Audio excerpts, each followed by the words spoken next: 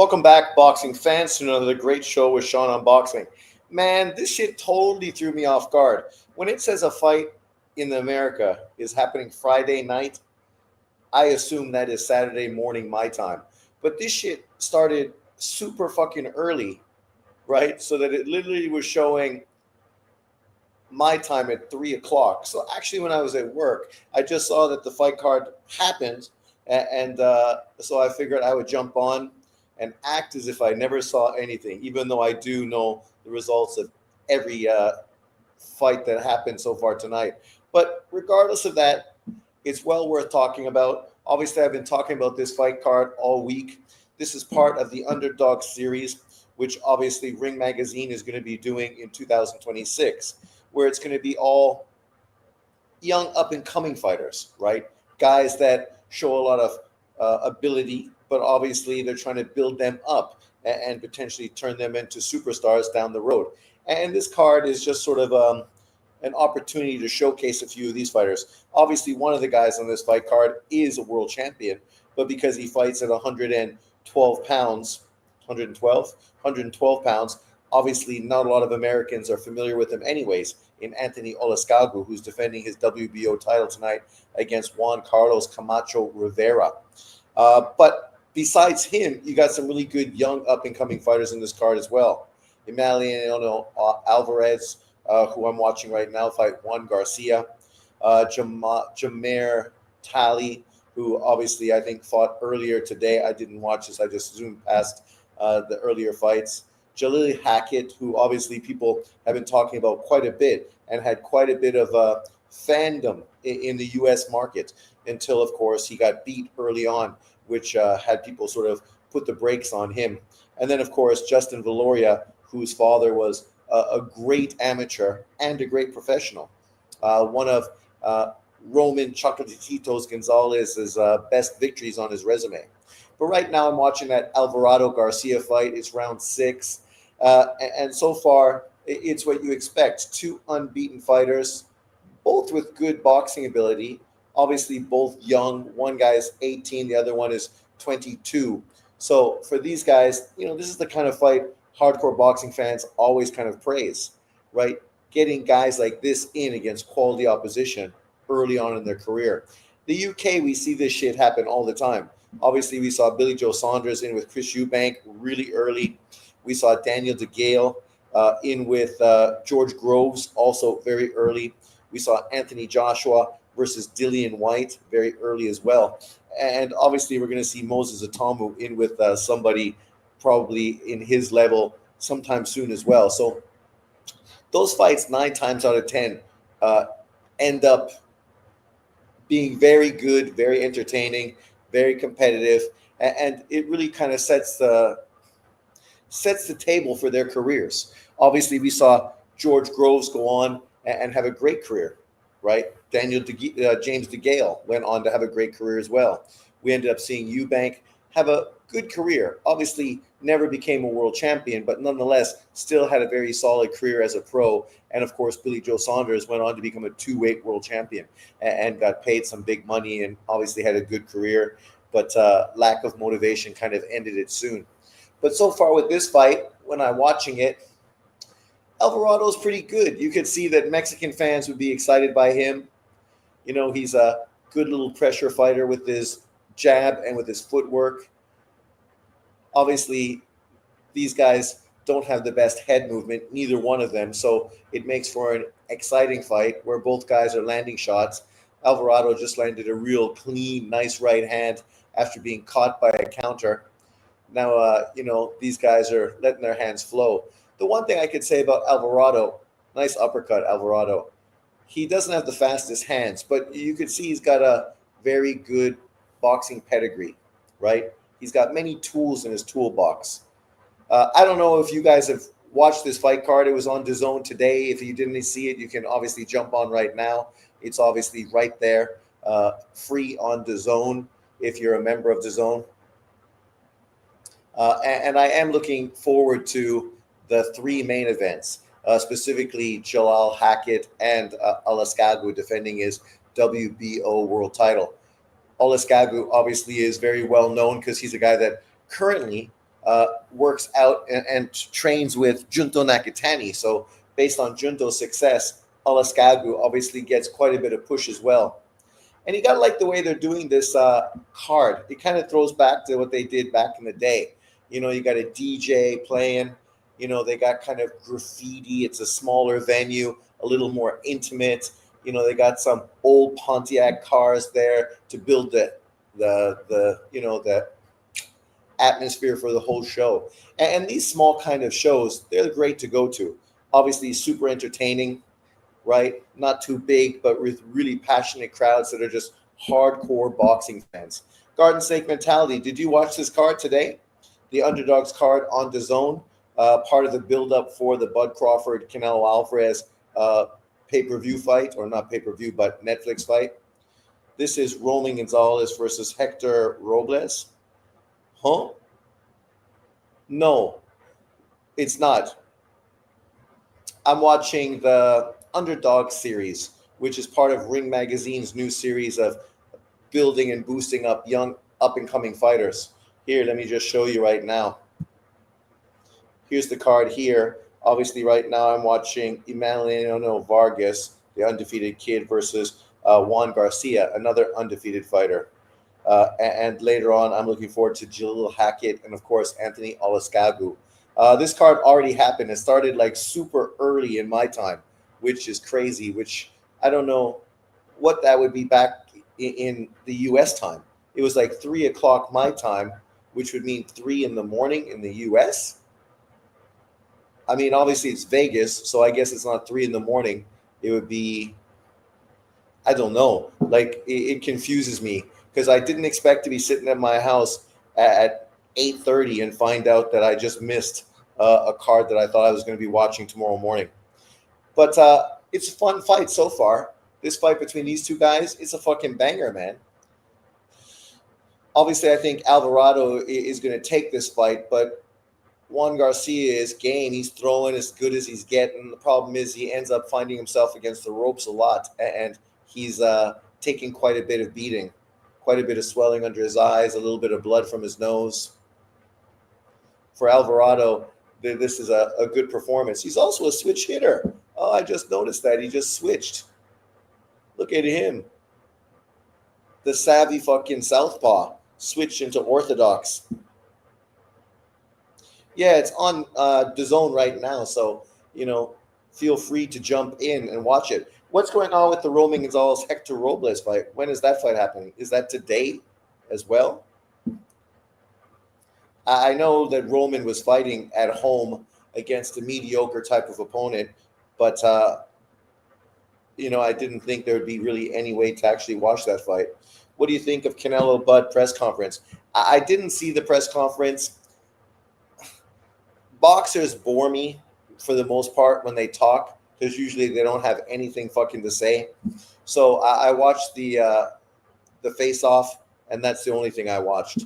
As far as any of the back and forth between trainers and the fighters themselves, I skipped over that shit. I watched their face-off, and then of course I watched Inui's face-off with MJ. MJ was very gentlemanly, giving those guys traditional Uzbekistan robes. And I saw those face-offs as well. And yeah, man, it's going to be an interesting fight. I think MJ and fucking Inui for sure. But was there anything I missed in the press conference between Bud and Canelo? That was a good round for Alvarado. He looks like an exciting young fighter. Oh, look who's there. Hamza Shiraz is even there. Look at that. Hamza Shiraz giving back to the young fighters. Oh, Ryan Garcia is there. It's a good turnout of people on people. I saw the UK trainer. I can't remember his name, but he's there as well.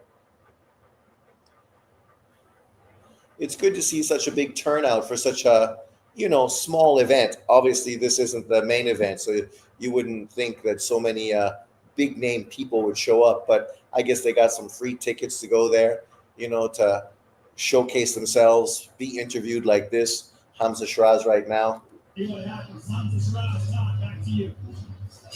Hamza Shiraz. Oh. So Shiraz thinks Canelo's going to stop Bud Crawford. Whoa, that's a big prediction there, buddy.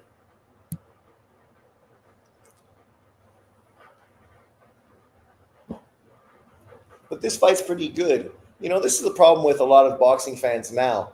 This kind of card, they won't really pay attention to because they're not that familiar with the fighters. But back in the day when I was a kid, Tuesday night fights, Friday night fights, Thursday night fights, man, I fucking loved every opportunity to watch any of those cards, even though 90% of the time I didn't know who any of those fighters were. And at the end of the day, I walked away a fan of somebody new, right? That's the first time I saw Antonio Barrera on a card, right? And that guy was so good, I could not fucking not become a fan of his moving down the road. And there was a lot of guys like that. And what were those fights? Friday night fights after dark. Oh my God, they had some bangers, man. Ooh, the Tua versus Ike Iabuchi fight, one of the best heavyweight matchups in history. If you haven't seen it, go see it. This kid's not bad. He's like double up, triple up his jab, getting the guy against the ropes, going to the body well. He's got a nice little uppercut, good straight shots. He mixes in with good hooks. He's got a very deep bag as far as his toolkit. Not the fastest hands, obviously not the most powerful of punchers, but overall, somebody to keep an eye on for sure. What weight class does this kid fight? Alvarado. Emiliano Alvarado, 9-0, 5 KOs. 18 years old. The kid's fucking a pup. A pup. 18. Fighting out of Desert Hot Springs, California.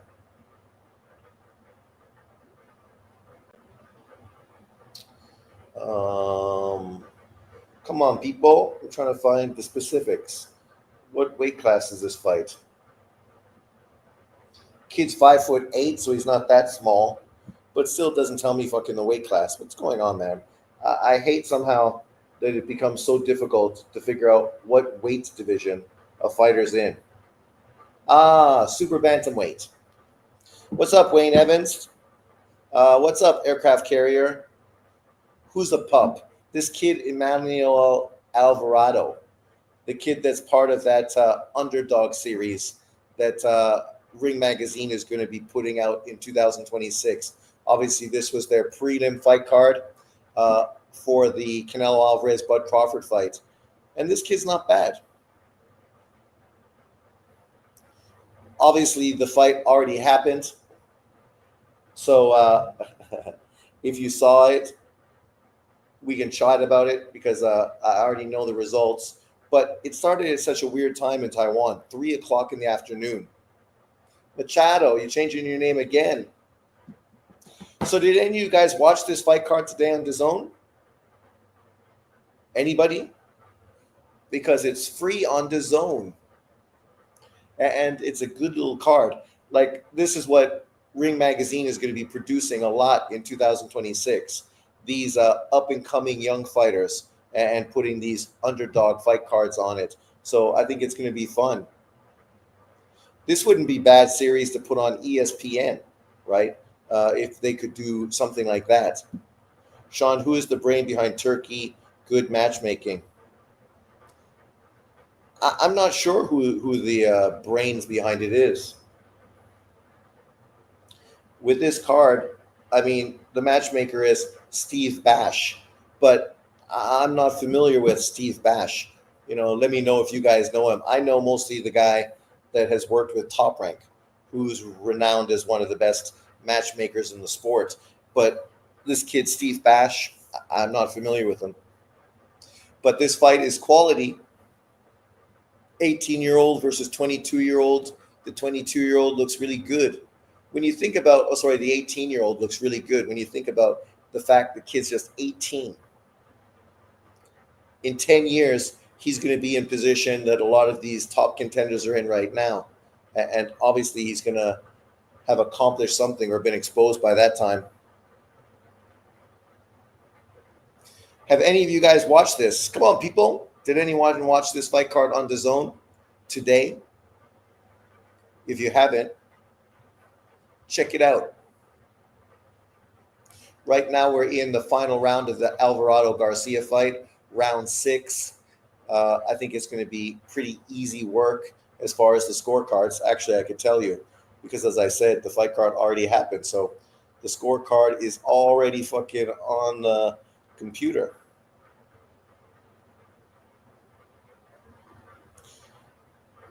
Talk about a mixed bag of cards. Tim Cheatham, this is the thing we're worried about, right? People are worried about Tim Cheatham. He had this fight a draw, 57-57. There's nothing about this fight I've watched so far that tells me it's a fucking draw. Corey Santos had it 58-56 for Alvarado, and Steve Weisfeld had it 60-54. Imagine the difference right there. One guy won every single round, right? And the other guy has it fucking even. Tim Cheatham. What a fucking scumbag that fucking guy is. Like, when everybody saw his name part of the Bud Crawford, Canelo Alvarez fucking card, we all fucking scratched our head and thought, man, you know some bullshit might happen in that fight. And that would be the worst thing that could happen to Canelo Alvarez, Bud Crawford, to have some dodgy fucking scorecards. Either way, favoring Canelo or favoring Bud Crawford. We don't need no bullshit. We just need some fair fucking reffing. Sean, is Jalil Hackett a serious threat at 147? People thought he was, right? They were really hyping up a lot, but obviously he took a loss a few fights ago. So now it's a matter of sort of building himself back up. But he's young, right? So, it's not like something out of reality. And to be fair, he's not old. He didn't get beat up in that fight. Currently, what is he? 10-1, 8 KOs. And he's apparently a super welterweight. That's what they list him at. 22 years old, right? Only 22. And his last fight, excuse me, he fought a good kid in Roman Vasquez, 13-1, and ended up losing a split decision. I would not be surprised if his next fight is probably a rematch with that kid, just to fucking redeem himself. I'm surprised he's still got a job. Fucking Tim Cheatham, eh? No, I'm excited for Canelo Bud weigh-ins. I missed the card. Adelaide Bird was a real piece of work. Yes, she was. Sean, you seen Sean Sattel G-checked Dana White? No. Sean Sattel is a gangster. Why? What did he do?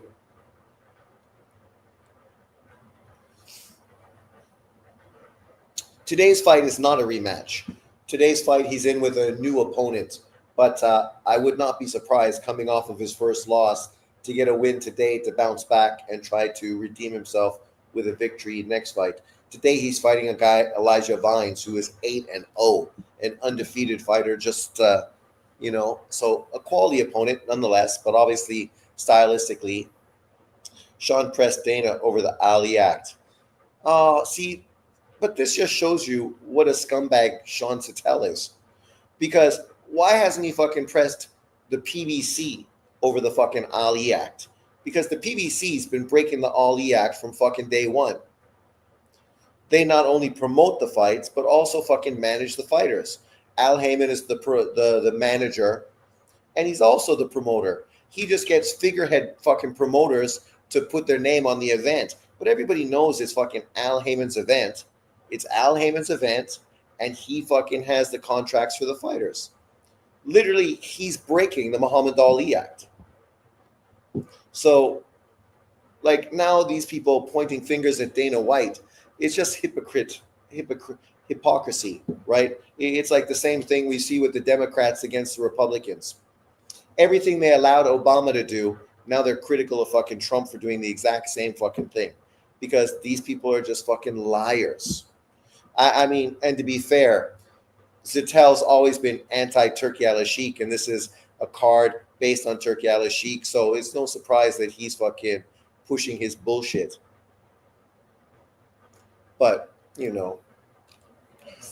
Steve fights go 60-54. 60-54. Winner by majority decision. Emiliano. You look at the other guy's face, you know he didn't win the fight or get a draw. Fucking cheat him. If we saw it completely differently or maybe the wrong way to use Steve Weisfeld, who I think is the best judge in all of boxing. Weisfeld got it right. Look, Garcia did have some moments, especially in the first half of that fight. He put up the rope pretty well, but I thought the vast majority of the good work was done by Emiliano Alvarado. Either way, he gets a win, he moves on. Good performance by Alvarado. I definitely don't think that was a draw. Is there a rematch clause in the Canelo versus Crawford fight? I don't think there's one written into the contract, but obviously if it's a fight that makes sense, they'll probably do a rematch, right? Because we know Turkey, the way he does it, he doesn't write contracts pushing this shit. After the fight, he gets guys together and says, so, you want to make fucking a shitload of cash? You want to do a rematch? Let's fucking organize it right now, right? So that's the way he does it. More of like a, post-fight, determine if it's worth making a rematch. And I think that's better than necessarily just writing into the contract. Because some fights have a rematch clause, but they don't necessarily deserve a fucking rematch. The usual suspects who constantly talk about how the PBC is, which is true, aren't talking about how Top Rank is airing Inui's fight on Facebook. Listen to you, Jay. You just sound like a retard fucking every time you open your mouth. Top Rank is putting Inui's fight on Facebook for the fans because currently they don't have a deal with a fucking platform. And because Inui has his own promoter and his own platform in Japan, he can do what the fuck he wants, right? But that doesn't necessarily fucking sign with Top Rank's plans for their network deal. So what they're doing is a good thing to do.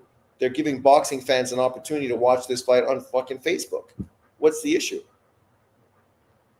Like, everybody knows Top Rank's coming back. The point is, obviously, their contract deal with ESPN ran out. So now they're looking for what direction they're going to move before. It's no different than when they fucking walked away from HBO and went to fucking ESPN. Canelo looked lean and motivated. Bud might be in trouble. Sean, did you read the report that Hrgovic turned down Moses? I ain't surprised that fucking Hrgovic turned that shit down. Yes, Canelo looks ready. So which fight is this? Jameel Hackett versus this Vines kid. Vicious Vines. Why is it that people like you always need to come here and somehow try to make some race fucking topic? The PBC is fucking out the door. In the last 2 years, they've done a combined fucking 10 fights, all pay-per-view. Like, if that's what you want from an American fucking promoter, you just want boxing to fail in America. Because that fucking motto is never going to succeed. Never. Especially now, if Turkey Al Sheikh, Ring Magazine, and fucking DAZN no longer do pay-per-view. PBC wants to be like Top Rank when they grow up. Exactly.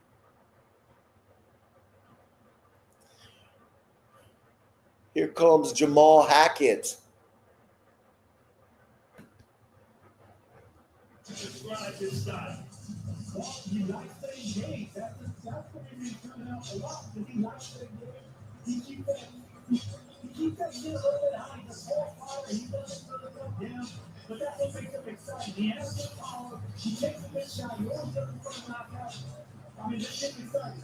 And what Jameel Hackett is going to be. Charlie Kirk's suspect was as usual as it gets, Caucasian. Bobby, like, what's your point? Nobody ever accused a black person of fucking shooting Charlie Kirk. Who fucking shot Malcolm X?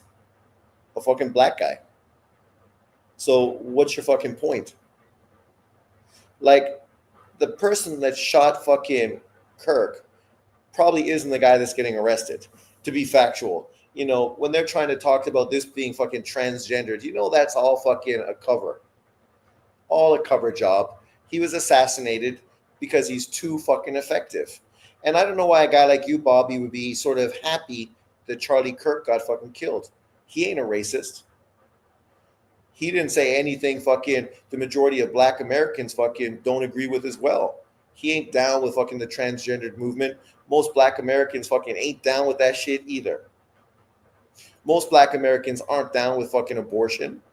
I mean, who produces more babies than fucking black America, right? They don't go to abortion like fucking other people do. So, also a lot of Christians. He's fucking a Christian that was pushing Christian values. So I don't understand why people somehow want to project that he is racist, a Nazi, and all this pure bullshit. Because if you ever listen to him, that's fucking a pile of shit. Sean, did you see the Charlie Kirk's video? I have a new outlook on life. I didn't watch it because I don't need to see that shit. I ain't interested. But here we go. Round one. Hackett and Bynes. They didn't take much time. These guys got in the ring and started fighting right fucking off the bat. Real quick.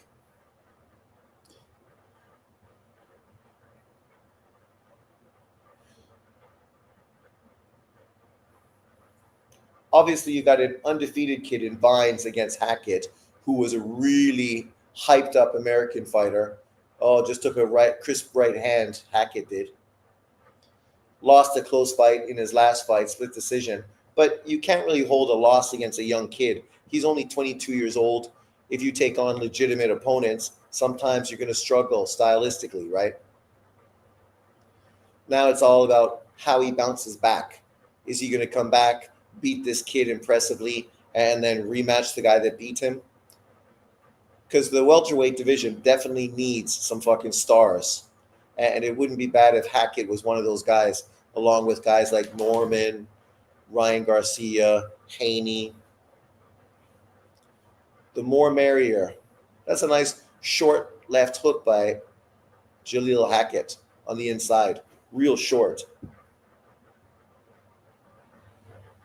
He's a really good infighter with his short hooks, body and head. Oh, nice right hand, Hackett.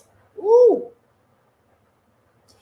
This other dude, he better start establishing some distance.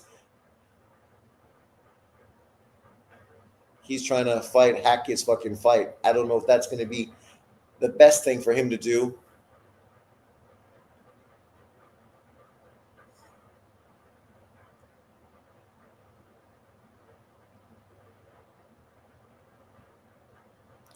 Hackett kind of reminds me of a James Toney type of fighter.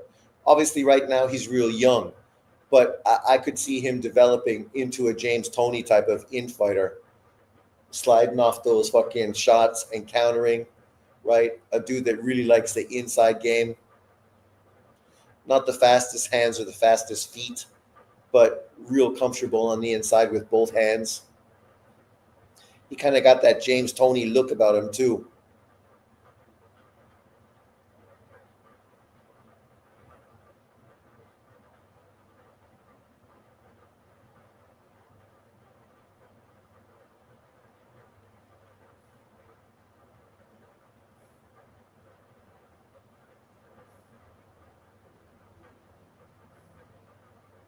He also kind of reminds me of a fighter I liked as a kid.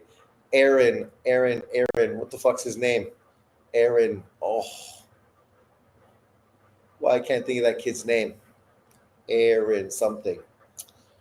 Where are we? Kirk didn't deserve that. No, he didn't. I'm not happy. I'm just not surprised by the suspects. No, why wouldn't it be a white person? Most of the people he engaged with were white people, right? University students. He was in Utah. Like, I mean, who are you going to run into in Utah? Sean, is there a Papa John's in Taiwan? Fuck no. No chance. We got a Domino's, but no Papa John's. Hacker reminds me of Jermaine Taylor. Yeah, I could see that. A bit of Jermaine Taylor in him too. It was a good, effective first round for him. Nice right hand. Some good shots on the inside. Good short hooks. Good body work. Oh, that shot was set up nice. Fucking right to the body, left to the body, right to the head. Oh, I like the backdrop. Like a building with a bunch of fucking people looking in the window. That shit's cool. Cool. Round 2. Nice right hand from Vines. Vines is bringing it. He wants to go to 9-0 and get Jalal Hackett's name on his resume. That would be a big win for Vines if he's able to do that.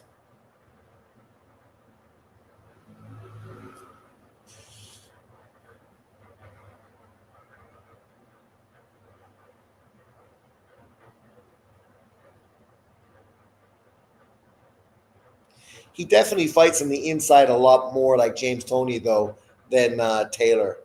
Taylor was a lot more of a guy that can like to use range behind his jab, right? Was much more of an outboxer than Hackett is.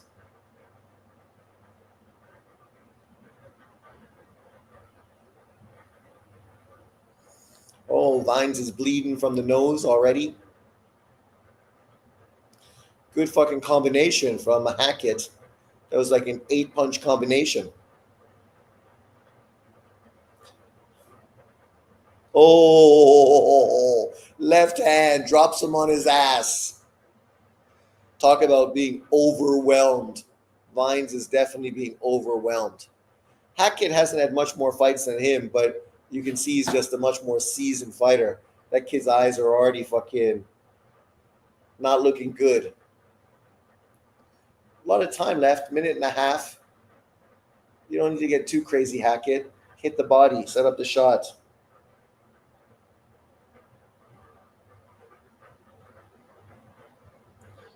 Vines is 30 years old, right? Obviously started boxing later if he's only had like 9 professional fights. 8 years older than Hackett. Oh, nice straight left.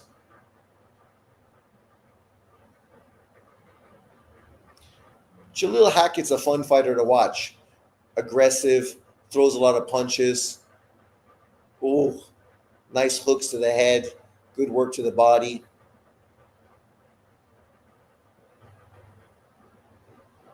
Ooh, some sweet honeys in the crowd too. Vines is tough, man. He's taking it. Ooh, good counter from Vines.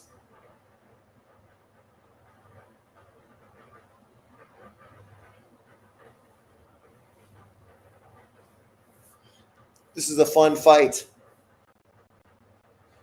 I figured it was going to be fun to watch.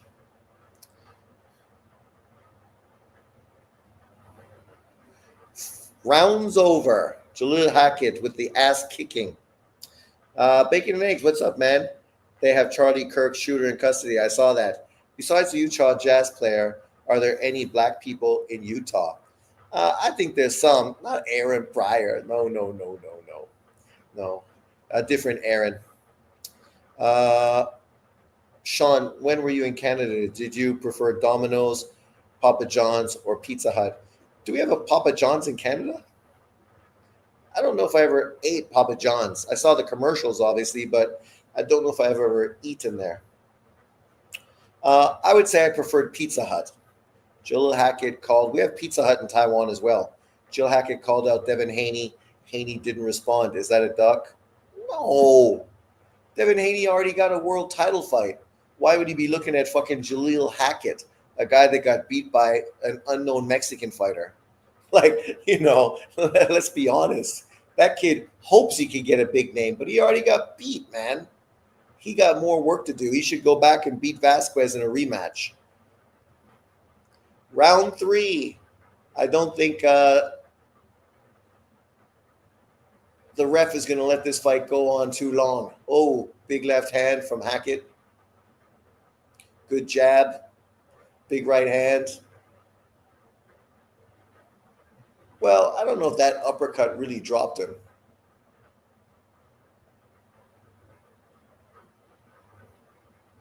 Yeah, man, I'm good. Don't worry. I'm good, buddy. Don't worry. Yeah. Oh, Well, dude, you got to sell it more. You can't be so fucking laissez-faire. He's like, either you're fucking in it to win it or you're not. Your energy wasn't fucking good enough. It's a shit stoppage, but nonetheless, it is what it is. But good win for Hackett, right? He went in there after his first career loss, steamrolled that motherfucker. Now, when we think about the 147-pound division, what kind of opponents are up there for a guy like him? Let's check it out. 147.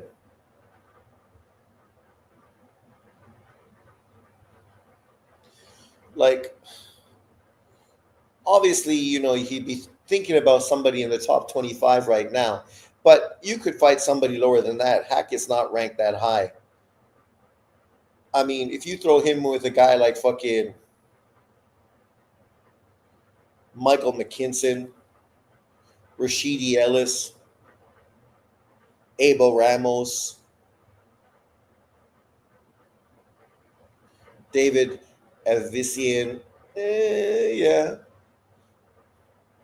I mean, all those guys are not top 25, but they're all like really good opponents for him at this point of his career. 147 is the worst I've ever seen.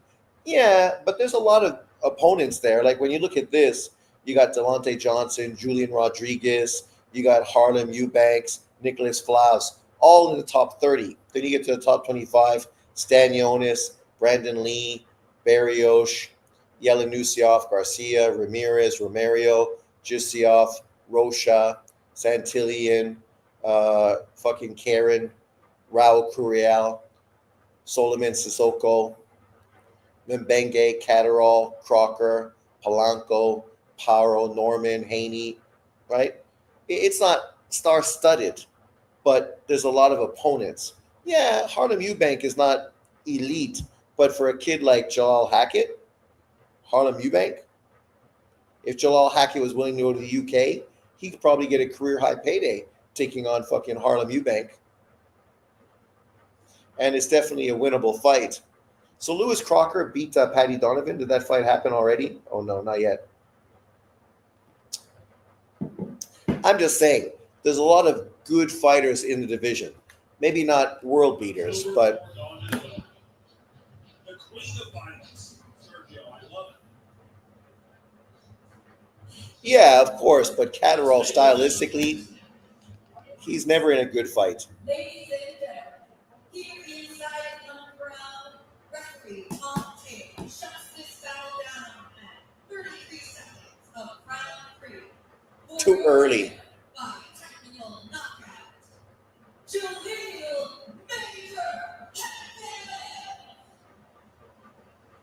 Major Hackett. So Jaleel Hackett now 10-1 with 8 knockouts. He's about to speak to our very own Wade Glim. Is this where he's going to call out Haney? That's a bad look.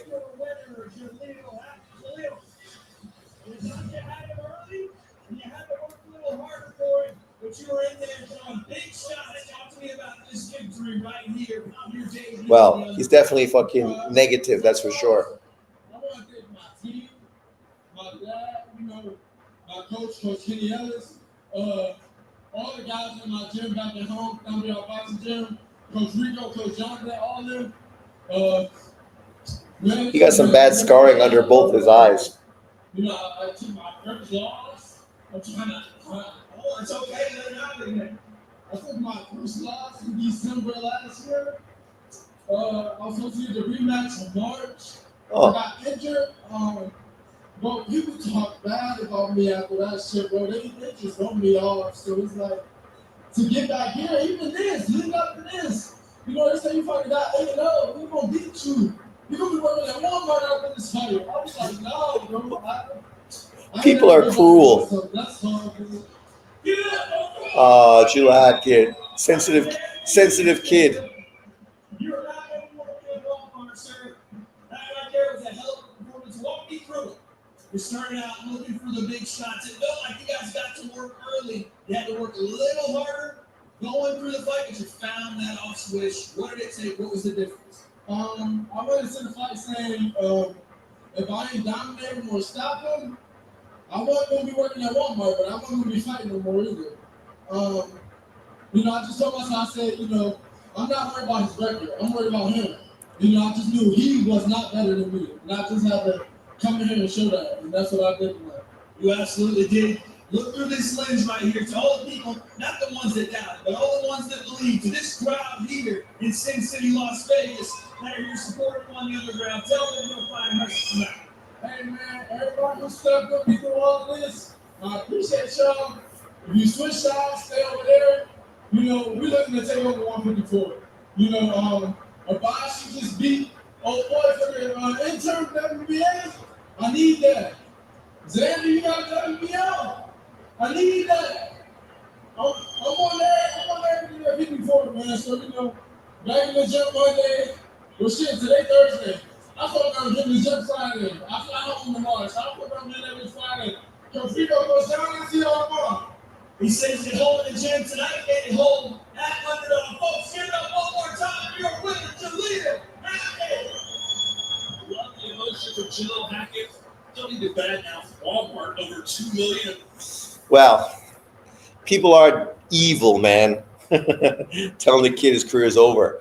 Like, you fight a kid that's 13-1, right? Stylistically, you could take a loss. That's the way it is. What you do is you learn from those fights and you get better. Him moving to 154, I don't know if that's the best maneuver.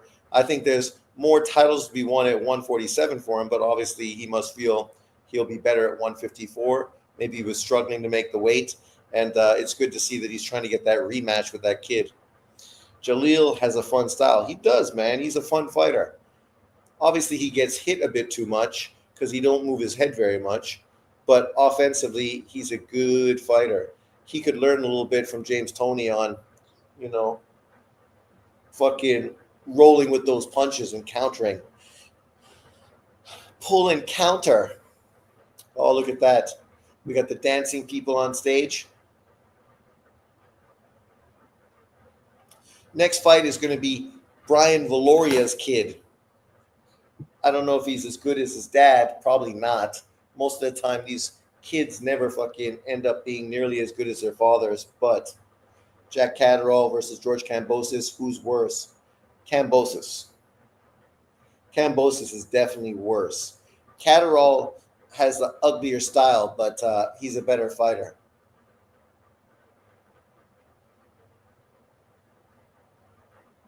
I can't stand watching Catterall. Me too. Boring fucking is boring, man. It don't matter what color you are.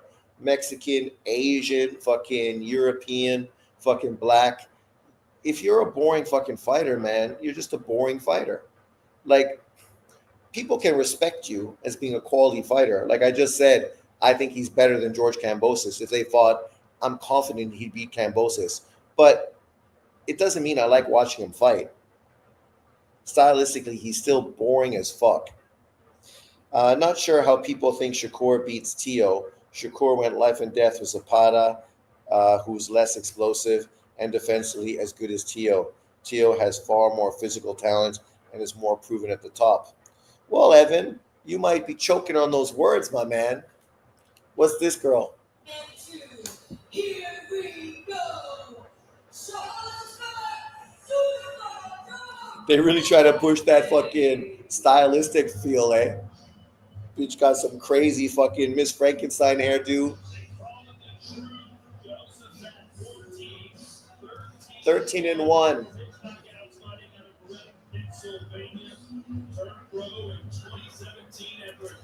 Good opponent for Valoria. I think Shakur is going to beat fucking Lopez. Because Lopez has struggled with fucking slick boxers a lot.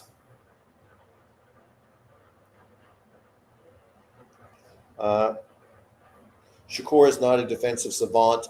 That dude just has never fought nobody. Jermaine Ortiz washes Shakur. He's an elite technician and is more proven against the best opposition. Why didn't Tio get to Sandor or Ortiz? Shakur isn't slick. Evan, you got a lot of bad takes, buddy. And primarily it's when black fighters are on the fucking on the docket. You don't want to give too many brothers fucking credit, whether it's Shakur or fucking Crawford. Caleb Plant, boring as fuck. Boring. Shakur isn't slick, so what's slick? Caleb Plant.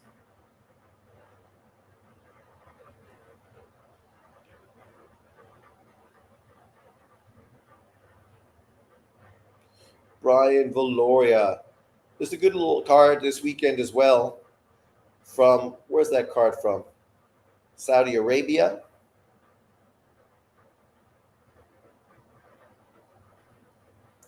Germany. You got fucking Laszlo Alvarez, the Cuban fucking medalist. Arlen Lopez, the Cuban medalist as well, gold medal winners, both of them uh, on this fight card out of Japan. Out of Germany.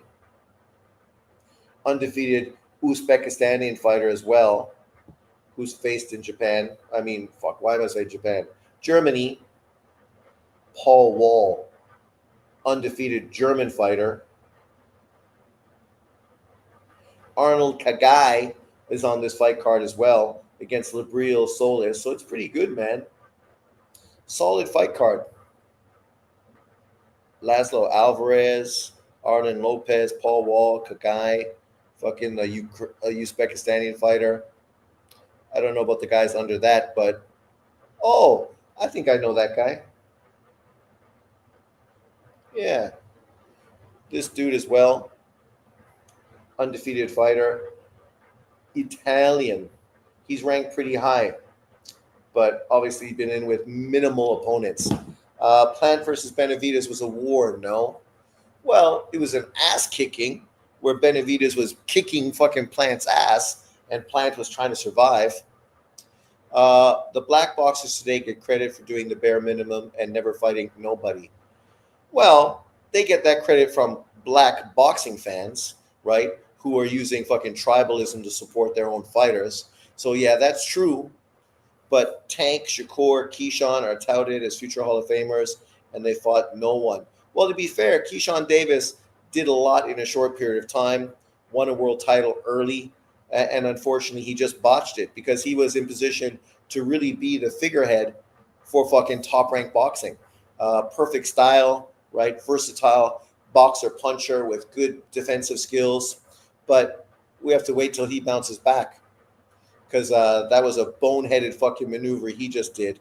And him beating fucking what's his face, De Los Santos, would have been a real quality name on his resume. Valdez is someone that looks for one punch and is way smaller than Shakur. Plant versus Benavidez. Sean, a strong nation is a safe nation. I agree. I want a strong America because I think it's better for the world. Canada as well. If America is prosperous, it can only benefit Canada as the neighbor. Tank is nowhere near a Hall of Famer. I agree with that. And that's not that I don't like Tank. I know John Boxing and other fucking racially motivated YouTubers will act like fucking because you're critical of someone, you hate him. I like Tank Davis. Stylistically, he's a fun fighter to watch, and I think he's good. But the problem is he's never proven he's fucking good. He's never done what people want fucking non-black fighters to do, which is step up and take on dangerous opponents. Tank Davis has never stepped up and took on a fucking dangerous opponent in his whole fucking career. Now he's going to fight Jake Paul? That shit's sickening. Sickening. Floyd Mayweather taking on Mike Tyson? That makes more sense than fucking Tank Davis fighting Jake Paul. Gaddy's a Hall of Famer, but Tank isn't. Well, to be fair, I don't think Gaddy's a Hall of Famer. He is a Hall of Famer, but I wouldn't vote him into the Hall of Fame. If he's in the Hall of Fame, it's more because of what he brought to boxing, not necessarily what he accomplished, if you understand what I mean. Like Rocky Balboa is in the Hall of Fame.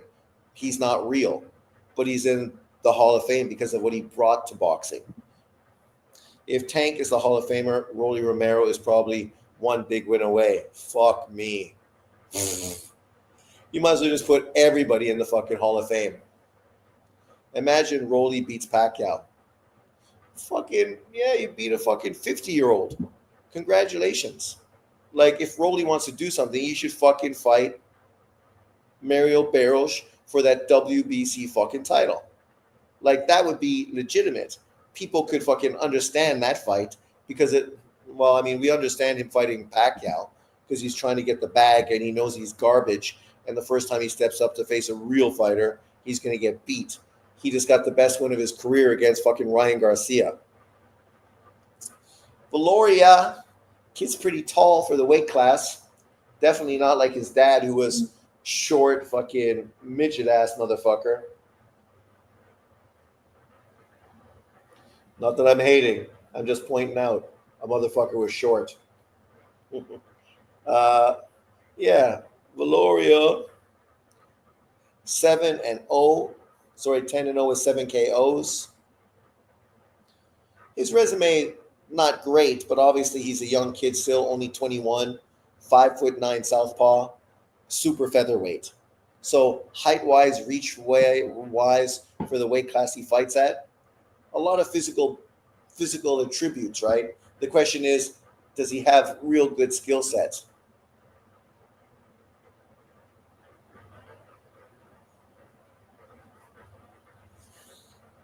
In this fight, the one thing I do like is that he keeps dropping that left hand to the gut, that straight left hand right to the fucking solar plexus. I think that's a good fight. Obviously, he's going to open up the sweeping left to the head down the road as well.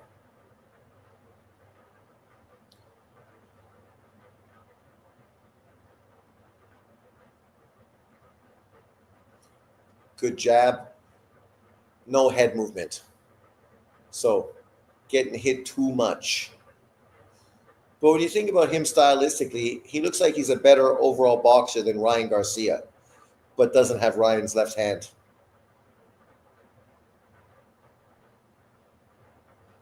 But at least he has a right hand and he fucking uses a jab.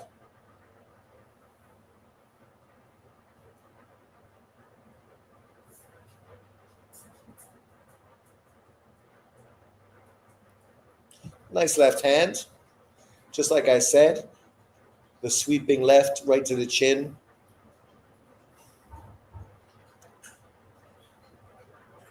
Keep going to that body. This guy likes to move a lot. Oh, another sweeping left. You know, I hope I become successful enough that I can buy a nice pink fucking suit. Pink suit, nice fucking hot weather summer color. White shirt. But what color shoes would you wear? That's the issue. Brown, probably.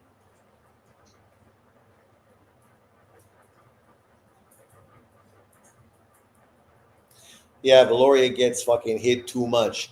The dude's defense is mediocre. No head movement and not keeping his hands high like this. So, you know, you got a fucking straight lane right down the middle. Right, Lily? Yeah. You coming up? No, just coming to say hi. Say, hello, everyone. How are you? How are you? I know.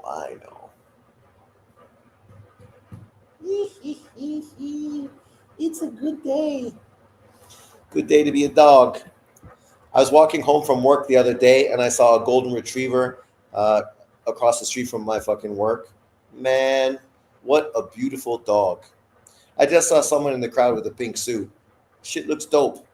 Lily is 9 or 10. Right now, Valoria is fighting against a pretty good fighter, a guy that's 13-1. Valoria is definitely not like his dad. He's not nearly as fucking explosive. Remember watching his dad skip? His dad was such a fucking brilliant fucking skipper, right? Literally skipper, you know, jumping hoop, jumping fucking rope. That guy was good. Who's your pick, Sean? I'm picking Crawford by majority or split decision. Nice hooks from Valoria. Good body work. I think it's his son. I always assumed it's his son, even though I'm not sure if it really is his son. His last name is Valoria. He's from California. I assume it must be fucking Brian's son. He don't really look so much like Brian, but he definitely looks like a Filipino. Jump rope is overrated. There's better footwork drills that are more applicable to fighting. Well, that may be true, but Brian Valoria, one of his standout skills was watching him jump rope. He was fucking brilliant. Brilliant. Any chance Crawford gets a late stoppage? I don't see that happening. Canelo, yes, but Crawford, I doubt it. Even Mike Tyson, you ever watch him skip? Also pretty fucking brilliant as well. I didn't know jump rope was a footwork drill. Well, there's footwork involved, right? You can mix and match any way you want to do it, but obviously it's great cardio as well.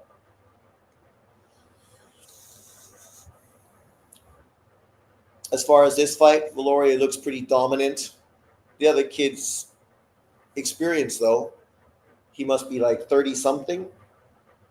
You know, you got him in with a veteran fighter with 13 wins and only one loss. Never been knocked out, so a tough kid. 29 years old. Yeah. From Puerto Rico. I think it would be tough for Bud to win a majority with the judges, and Canelo has more fights with Turkey left. You can't seriously train without jumping rope. I agree at GSM. Brian Valoria had a son, but he doesn't share his last name. So this guy is not Brian Valoria's son? Oh well. Maybe he's just related to him then.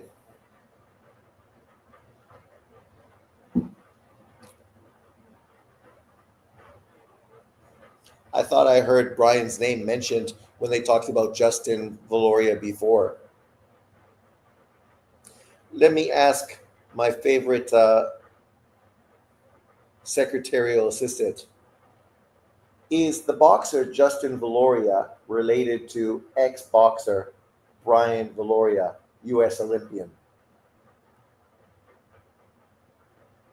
The fancy jump roping is so cool to watch. Go watch Brian Valoria. The guy's fucking crazy.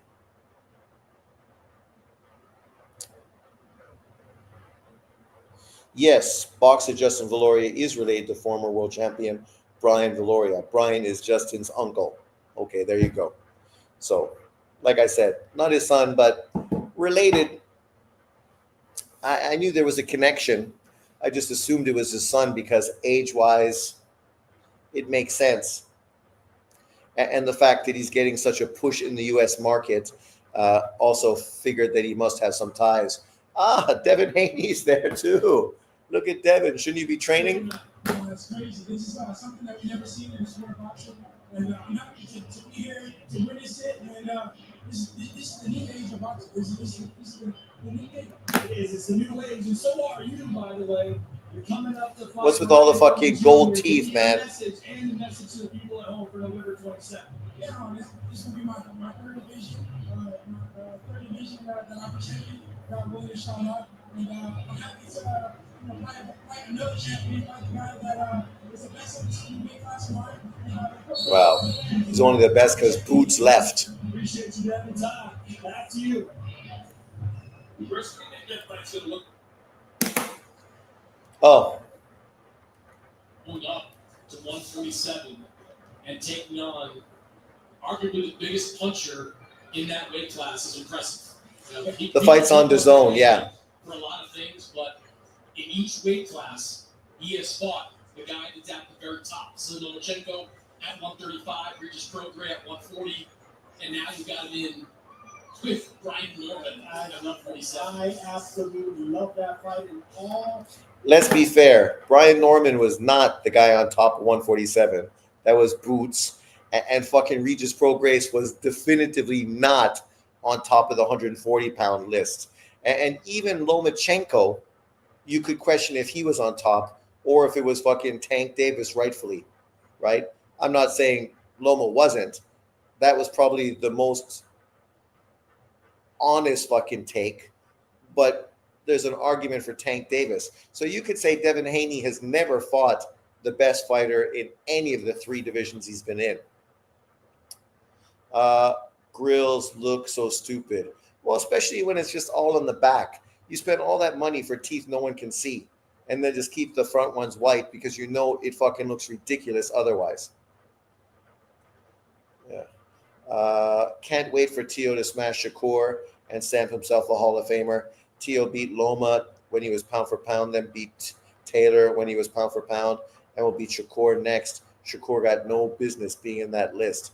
Well, if Tio beats Shakur, he's definitely labeling himself a future Hall of Famer. With wins over unified champion, Tio should have been undisputed, should have been recognized as undisputed after the Lomachenko win, right? That was just fucking complete bullshit politics with Devin Haney being there. Devin Haney did nothing to deserve the WBC title and didn't deserve to fucking take undisputed away from Tio. And then obviously he would have got it anyway by beating Kambosos, and it would have made more fucking sense, right? But Tio deserves that undisputed recognition. And then he went up to 140, and he beat the undisputed fighter in Taylor. And once again, politics fucked him over. And now he's going to fight Shakur. If he beats Shakur after those other 2 fighters with quality fighters on his resume as well, not always the best performances, but he still beat all the guys there outside of one hiccup to fucking George Kambosos. Great career. It's a smart, calculated move by Norman Sr. The $1.7 million for Boots wasn't worth it when you can clean up on easier fights. Well, the fact that you're going to get probably $5 million to fight Devin Haney, because Devin Haney, I heard, is getting $8 million to fight Brian Norman, which you would think Brian, the champion, must get at least $5 million. So that's 3 times the amount of money you were going to get to fight Boots. But mind you, you get more credit beating Boots Ennis than you do beating Devin Haney. If Brian Norman beats Devin Haney, people are going to say, yeah, okay, you fought a smaller fighter with no power moving up in weight. If you beat fucking Brian Norman, people are going to say you're the best fighter at 147, and there's a conversation for putting you on the pound-for-pound list. You beat Devin, it doesn't elevate you to the pound-for-pound list. You finally got a legitimate win on your resume, but a guy that you pulled up in weight. I'd rather fight Devin than Boots, for sure. Everybody would. Boots is way more dangerous. Boots priced himself out of the Norman fight. Boots has never fought nobody but demanded A-side money over Norman. Boots was the A-side over Norman. Norman is nobody. Norman fucking resume is garbage. He beat Santillan. Who the fuck is Santillan? That's the only legitimate kind of top 10 name he's got on his resume. One top 10 fighter. Like, come on. Boots was the A-side. Because his promoter was the one willing to pay for the fight.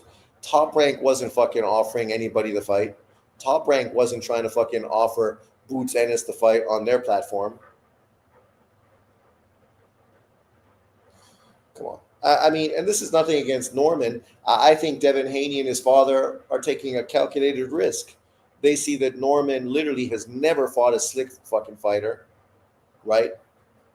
And they feel they could fucking capitalize on his inexperience, weak fucking experience, weak resume, the fact he's never fought a long, slick fighter, and they feel they're just going to be able to use their legs and their jab, stay away from him all night, and win an easy decision. And in truth, I could see Devin Haney beating Norman quite easily, because Norman, outside of beating a fucking unknown Japanese kid and Santillan, what else has he fucking done? Not a fucking thing. He's a 24-year-old kid with a real piss poor fucking resume, and ducked the career fucking defining fight of his career against Boots. Yes, it's an interesting matchup. Can't wait for that. Yeah, it's a great fight.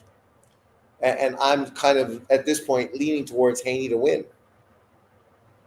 Don't get me wrong though, I'd be super stoked if fucking Norman fucking knocks his ass out. I would love that too. I would love that even more. And that's not me hating. It's just to be fair, Brian Norman stylistically is a way more fucking exciting fighter than Devin Haney. Him and his father are not nearly as fucking cringe as Devin Haney, even though they are a little cringe, but not to fucking the Devin Haney extent. Those dudes are super cringe. And if the LDBC is supporting you, god damn, that tells you fucking you should run the other way. If the LDBC supports you, you should run the fucking other way. Norman has fast feet and a good punch selection. Norman is very composed under fire, and he seems to have a strong chin too. Well, strong chin probably ain't going to mean anything against fucking Devin Haney, because Devin Haney don't got no pop, and at 147, I can't imagine it being fucking better.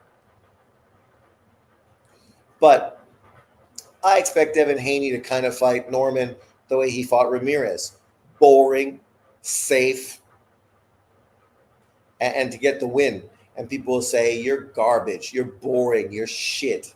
But he's going to be able to say, I'm a 3-weight world champion, and now I'm pound for pound top 10 once again. And that's true. But you're not going to make many fans with that style. Even Carl Froch is here.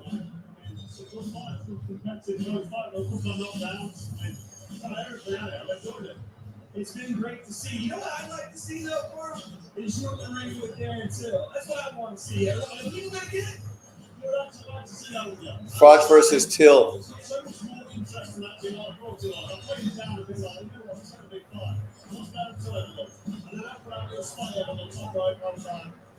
People send me the clips and get excited about them.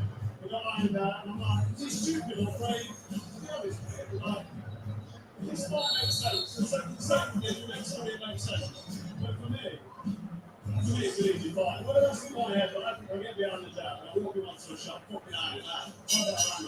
That's just how I feel about it. There he is, the Cobra. Sorry for the language, folks, but I gotta be honest, I'd love to see the fight time. Hey, I would too, Sergio. Would you? I don't know why they're so concerned about the language. It's a fight card. If people say fuck, people should calm down. Calm the fuck down. I would be very surprised if Haney won. I just don't see how he can win. What do you mean? Fucking outbox him. Control the distance behind his jab. Hit him with combinations and move. I don't think he has the physical gifts. He might have the boxing ability to pull it off, but I don't see it. I would give Haney a lot of credit for winning. I gave him no credit for the Loma win. And I don't give him much credit for the beating of a Slowfoot Prograis. Well, to be fair, I give him credit for the Loma fight, but I don't think he won. But obviously, he showed a lot of toughness, determination. He fucking had a good game plan going to the body, which was pretty effective. But unfortunately, that was the only thing that was really effective, the body work. Outside of that, he was getting hit too much. Fucking the tempo was all Lomachenko. Yeah. But you can't blame a dude losing to Lomachenko. Round 6. It looks like Brian Valori is winning easy, but it don't look like he's going to get this kid out of there. Obviously, this guy is moving a lot, experienced fighter, never been knocked out, so he's very savvy. But these are good fights for a young kid like Brian Valoria. You can't always have shit go your way. Sometimes you got to figure out an alternative method to success. And I think that's exactly what these kind of fights are going to do for him. Haney is not a combination puncher. I don't think throwing one punch at a time is enough for him to beat Norman. I agree with you with that. I think if he just throws a jab and then, a backhand and then moves, he's probably going to get outworked. Haney outweighed Loma by at least 20 pounds. At least 20 pounds. At least 20 pounds. I would say fucking closer to 25. But Devin Haney's black, so he can't be a weight bully. Just like he can't be a racist. And just like if anything bad happens to him, we gotta fucking go to the streets. And if he does anything bad, we got to fucking raise money for his lawyers. Because that's black culture. They can do no wrong. Kill a girl on the bus. It's not your fault. You have a mental disorder. Okay. Okay. I agree with you. It's like talking to a woman. All you can do is fucking just agree because there's no winning an argument. Haney didn't outweigh Loma by 20 pounds. It was more like 15, but it was still multiple weight classes regardless. Loma was around 145, and the ring and Haney was around 160. How much did Haney weigh in the Regis Prograis fight? Loma was 145 against Kambosos in his last fight after rehydrating. Yeah, his last fight. So he put on 10 pounds in rehydration. Good body work from Valoria, but Valoria does get touched too much. He better hope he got a granite fucking chin. Loma was not 145 in the ring. His frame won't allow it. Round 7. He was 145, dude. He grew a little bit more into the weight classes after the Tio loss. How much did he weigh in the Tio fight?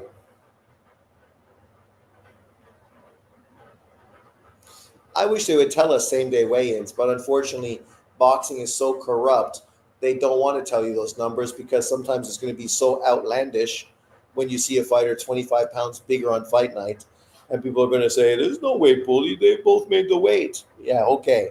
They both made the weight, but the other guy on fight night is 25 pounds heavier. That is an unfair advantage. I think Loma was 140 against Tio, and I imagine Tio was about 155.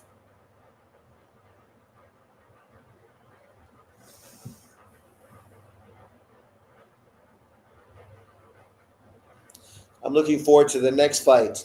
Anthony Olaskagu defending his WBO 112-pound world title.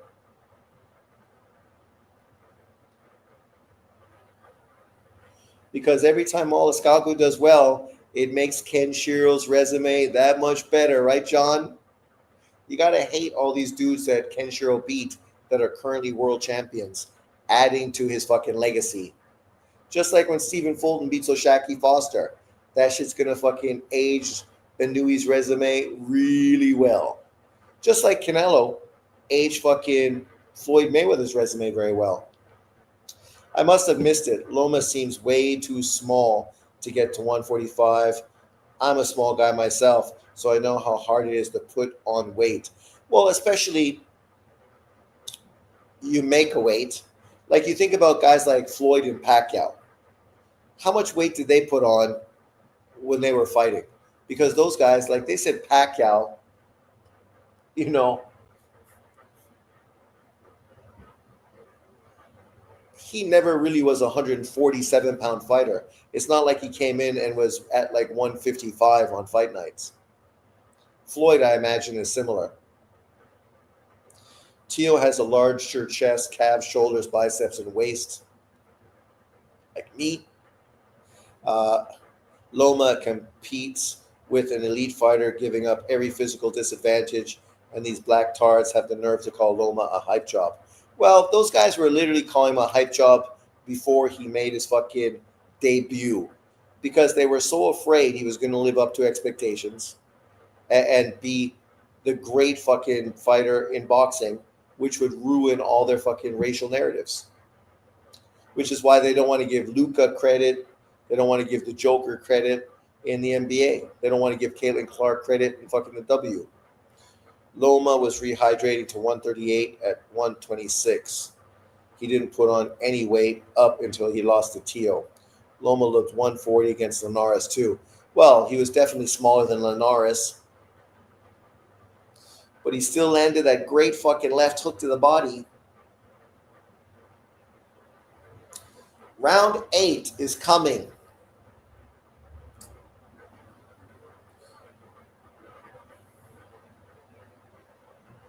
Valoria tends to, I think, smother his punches a little bit. He got to learn to fucking be a little more patient and be a little more like Jill Hackett, a little shorter fucking on the inside hooks. Not everything needs to be a fucking big sweeping fucking hook. In my opinion, Loma did live up to the hype. The fact that he was able to accomplish what he did as fast as he did while fighting elite fighters at the highest point of their careers. I agree, right? The only loss he has was Tio, and that was fucking the injured shoulder where he fucking said he would retire if his father and team canceled the fight. Unfortunately for Loma, the biggest problems he had was his ego. He lost to Salido because of his ego. He lost to Tio because of his ego, right? Loma, he got fucking robbed against Haney. But the other two fights, he should never have lost either one of those fights. And he shouldn't have fucking quit boxing when the Ukraine war happened because there was nothing he could really do.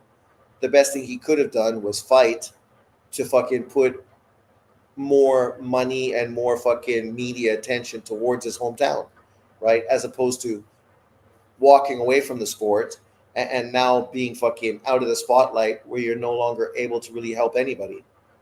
But, you know, hindsight's 2020. No boxer has done everything perfect. How possible is it that Inui steals the weekend with a savage stoppage? Fucking very possible. I would say 60% possible that that's exactly what's going to happen. Crawford did nothing but re-sign with Top Rank and fought everyone at 147 when they were in the decline aside of Mean Machine, and these Black Lives Matter channels demand he be considered an ATG at 147.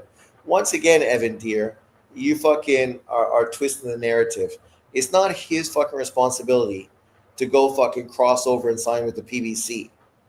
It's fucking PBC's responsibility to stop being a bunch of bitches and fucking stop ducking the guy from 140 to 147 to 154. Let's put the fucking onus where it deserves on Al Heyman and the PBC, who are still trying to jam bullshit fucking old fights down our throats. Pacquiao Barrios, Thurman Funduro, Spence fucking Charlo. Jag, what's up? Long time no see, my brother. Devin Loma was a draw for me. Oh my God, of course it was. I didn't see a robbery. Of course you didn't. Of course you didn't.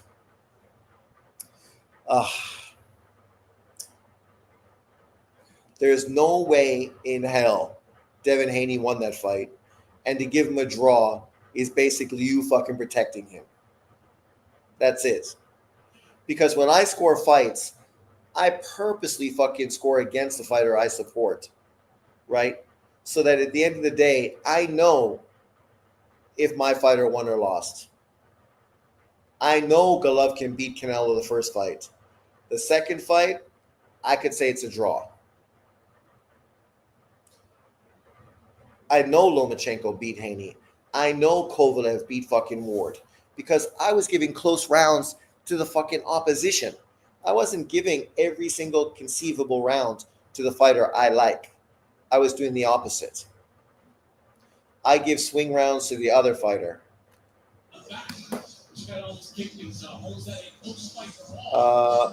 Evan, what will you say when Crawford beats Canelo? Before Sheik bought the Ring magazine did a poll where fans voted. Ring magazine fans are hardcore fans usually, and they voted for Loma as the winner, under 90% of the votes. Devin body attack should get credit like Canelo's body work did versus. He did get credit, but it's completely fucking different. Laura didn't engage. Loma wasn't running and not engaging, and Devin was the one landing body shots while Loma was running and not fucking fighting. Loma was landing fucking all the punches outside of a few fucking body shots Devin Haney was landing. Loma was landing more punches. He landed more punches in the fight. He landed crisper fights. The fight pace was set for him. He dictated the fucking pace of that whole fight as well. He took away Devin's jab. Devin's jab fucking was no mas. Didn't fucking materialize. Was ineffective. A boxer who wasn't effective using his number one weapon. Come on, man. Crawford stands no chance against Canelo. Canelo will dominate and stop him. He's too skilled, Bobby. Be ready for it.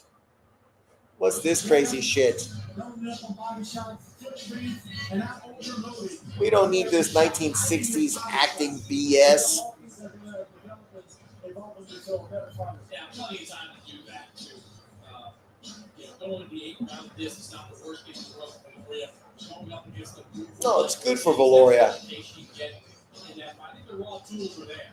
Southpaw, an aggressive body puncher, great length, great size. There's a lot to work with just Valoria. I think he's got a pretty high ceiling in this weight class and above.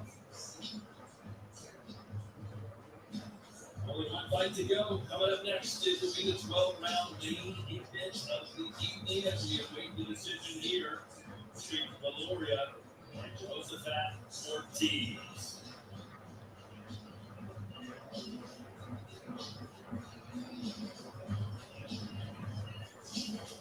Valoria. Loma out-jabbed Haney. Yeah. Imagine that. All right. Cheryl, that is a decision. And we all heard what fucking Devin Haney said to his dad. Underdog. After 8 rounds, this battle goes to the scorecards. Unanimous. All have scored the same, 80-72. For your winner by unanimous decision, Justin Joseph Valoria. Well, they didn't lose a round, Sergio. Like I said, it was a good performance. It just needs some polish up the pace. No, it was a good performance. He just gets hit a bit too much because he doesn't move his head.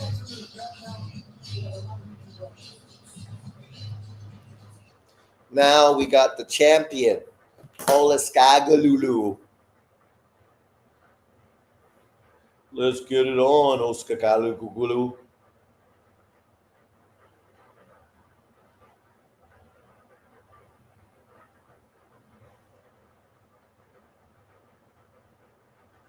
The irony is they still don't even list the Olaskagu fucking victory. But you look, the champion is 9-1, fighting a guy 19-1. If you looked at that, you would never know which guy was the champion. You would assume it was the other guy. Sean, is that Taiwan smoke high quality? What Taiwan smoke? Loma has the highest plus minus since Floyd. He had the highest, yes, when he was at 130. Once he moved to 135, that dropped, and then it became a little more competitive to guys like Tank Davis and Shakur. We don't got much weed in Taiwan. Mostly now what they have is those pipes, with the button. Mostly, I guess, hash oil or whatever, because it's easier to import. So I don't smoke weed in Taiwan anymore. I used to, but it's way too expensive, and it's too inconsistent. You don't know what you're getting. That's why I was so excited to go to Thailand during the summer, where I could buy weed at shops, and I bought 3 different weeds, one high, one medium, and one low, and just to see what the difference was. That was interesting. I never did that shit before, so it was fun. I was going to go to Thailand again this October, but I decided I'll go for Christmas instead. October, I'm just going to go south in Taiwan to Kenting. There's a nice hotel I stay at. It's right on the beach. It's not so expensive for me to go.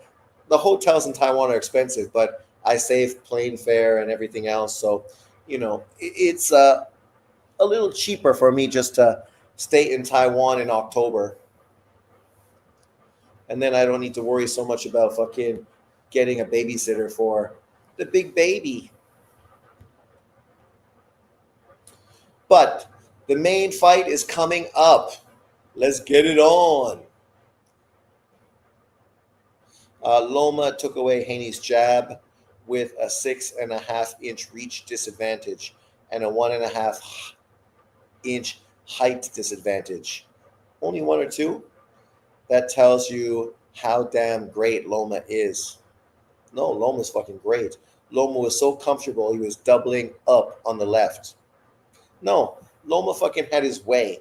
Just so many of his punches are inside. People don't appreciate the work he does. Try the Kentucky Bud. Kentucky Bud. I'm from Canada. We got a lot of good weed in Canada. And now I'm sure it's even more now that it's basically legal in Canada, or it is legal. But when I lived there, it wasn't legal. I just bought my replacements for the old ones. Now I got the new ones. Look at the difference in size of these cases. New Beats by Dre. I love these ear hook ones because it's just so fucking convenient.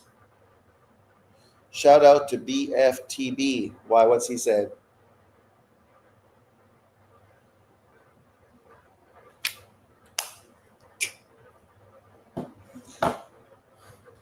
Here we go. Crazy bitches announcing the fight. Boxing is in his DNA. He is a warrior looking to bring home gold. He's 19-1 with a ton of knockouts. Puerto Rico.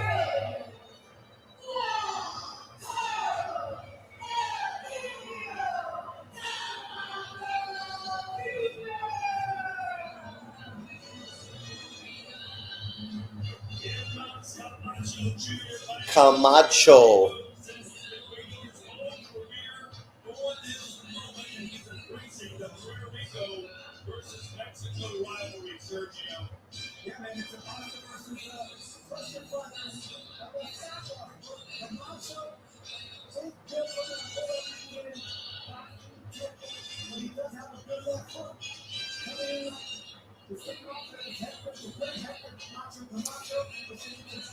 Why is it that Puerto Ricans have terrible fucking chins?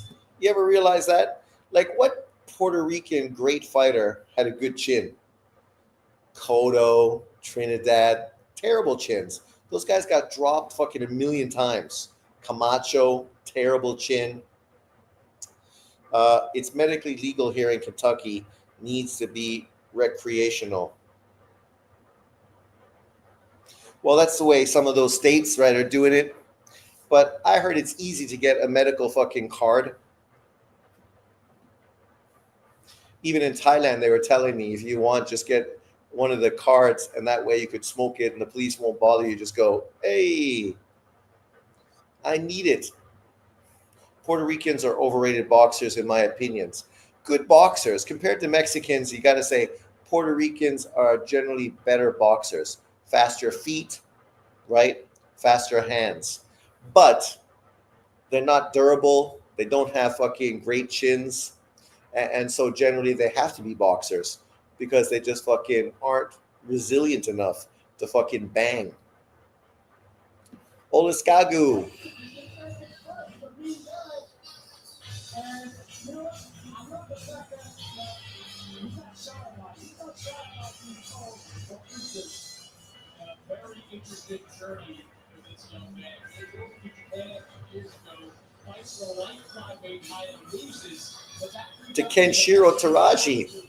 because it's competitive, it was exciting, got more opportunities. She's hot. For Japan and wound up being a world title in this 112-pound weight class. El Indio versus La Princesa.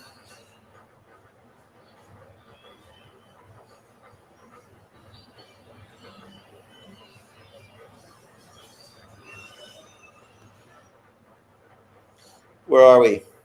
I can't box with my broken back, so I need to go play tennis. But people say Usyk can't dance because his back issues. You know what I think is funny? Did you guys hear there's going to be a tennis match between a woman and a man?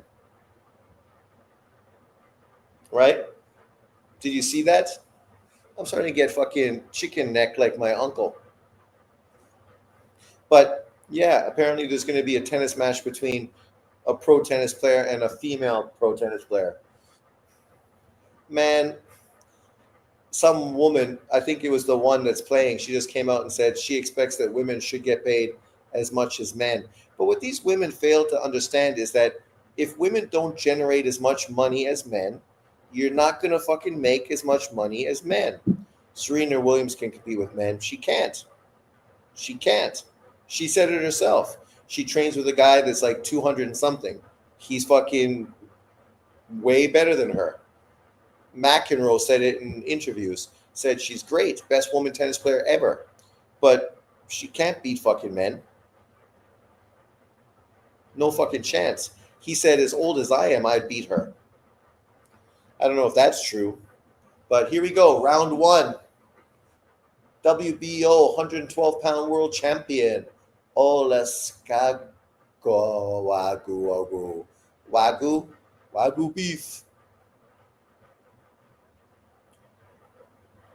You know, Oleskagu's getting good fucking sparring, working with Junto Nakatani, tall, long, powerful.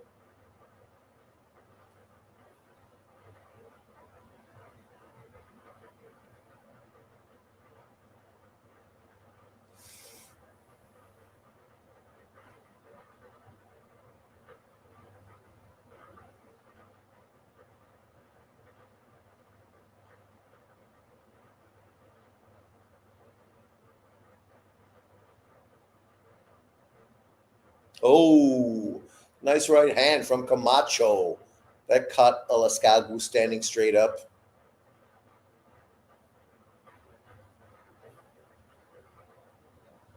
Camacho needs a fucking rat tail off the back of his head. That would add some credibility to his name. Good body shot from Oleskagu.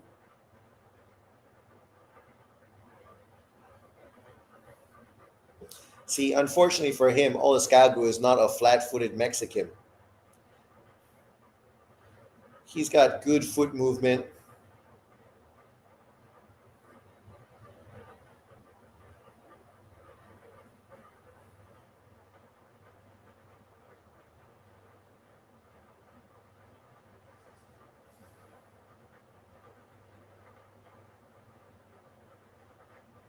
Camacho, he's tricky, not easy to get to.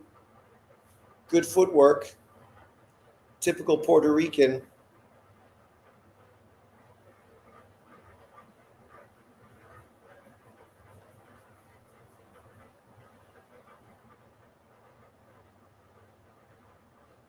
Nice jab from Camacho.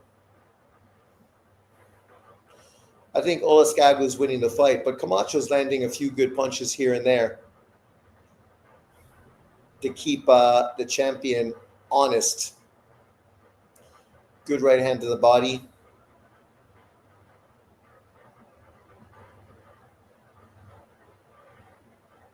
He's not really being effective with his jab yet, but once that starts landing,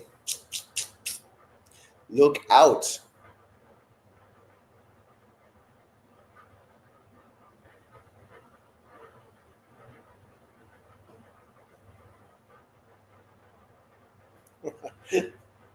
Crazy left hand from Oleskagu. Round one in the books. Serena Williams, the best woman athlete ever, in my opinion. Best woman athlete? I don't know if she's the best woman athlete, but she's definitely the best woman tennis player. Tennis and swimming are the two hardest sports. Tennis? The hardest sport? You know, there's women's boxing, right?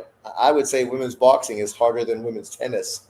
There's also fucking women's hockey, which I would say is also harder than tennis. There's women's soccer. I don't know if it's harder than tennis, but equally it's an endurance sport like tennis is. And not to take away from Serena, Serena is the best female tennis player ever. I was a huge Steffi Graf fan. I got to put Serena over fucking Steffi Graf. And Steffi Graf was dominant, right, during her period of time, but not as dominant as fucking Serena. Serena made her fucking sister irrelevant. Remember when Venus came onto the scene? She was the hottest fucking thing around and was dominating female tennis. And then her younger sister came out and it was fucking game over. Game over. Venus could not compete with Serena.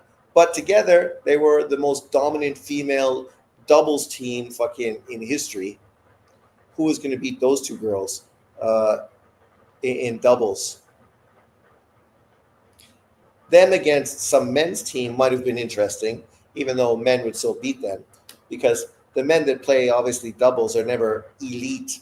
They're elite doubles players, but they're not elite one-on-one tennis players. But I'm trying to think, who's this tennis match between those women and men? Who are the two tennis players that are going to be competing? The one female against the one male for Battle of the Sexes.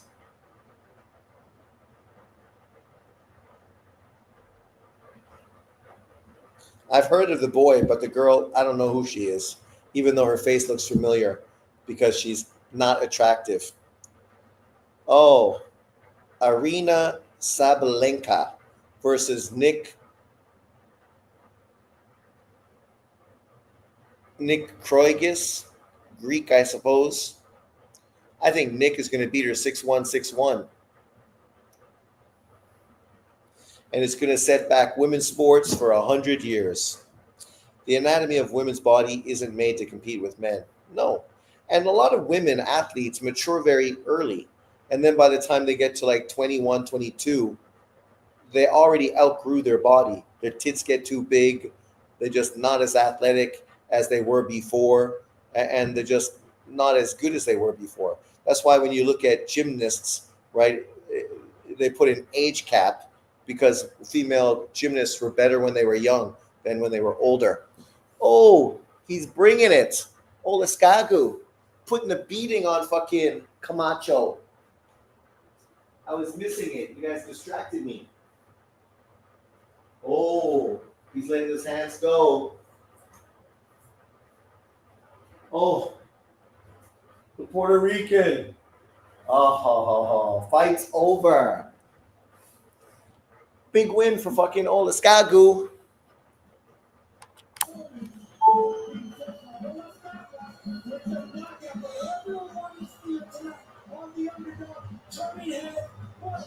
La Princesa looking pretty in Vegas tonight. That is how you take advantage of an opportunity.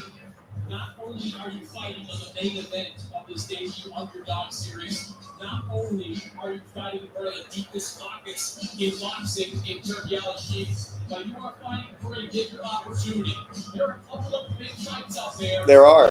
Waiting the winner of this fight, Carter Sandoval, who's got 2 belts at 112 pounds. He's going to be looking for a unification fight.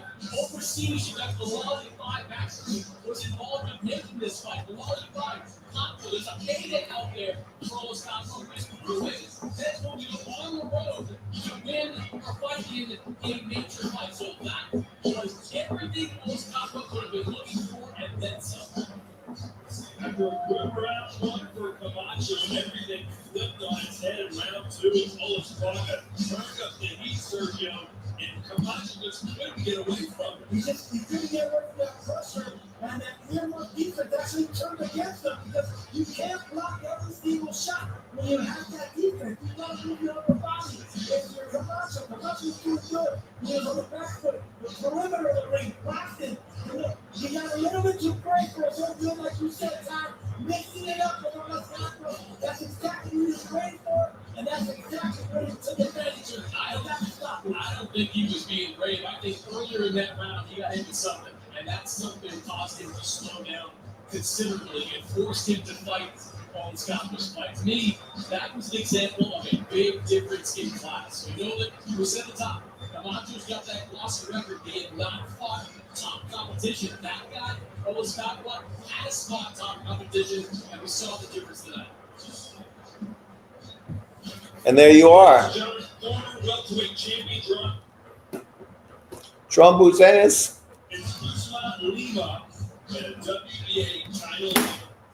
But, Sean, was Lamar Jackson wrong for pushing the fan?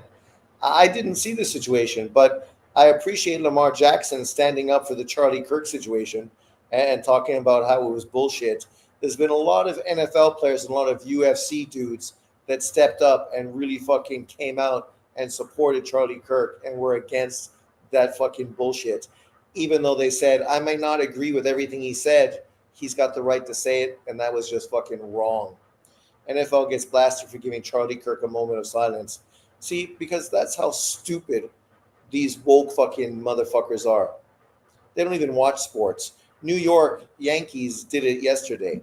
I mean, these people are going to be real upset when there's fucking statues and fucking banners of Charlie Kirk. This is our era's version of Malcolm X and Martin Luther King. That's how significant this is, right?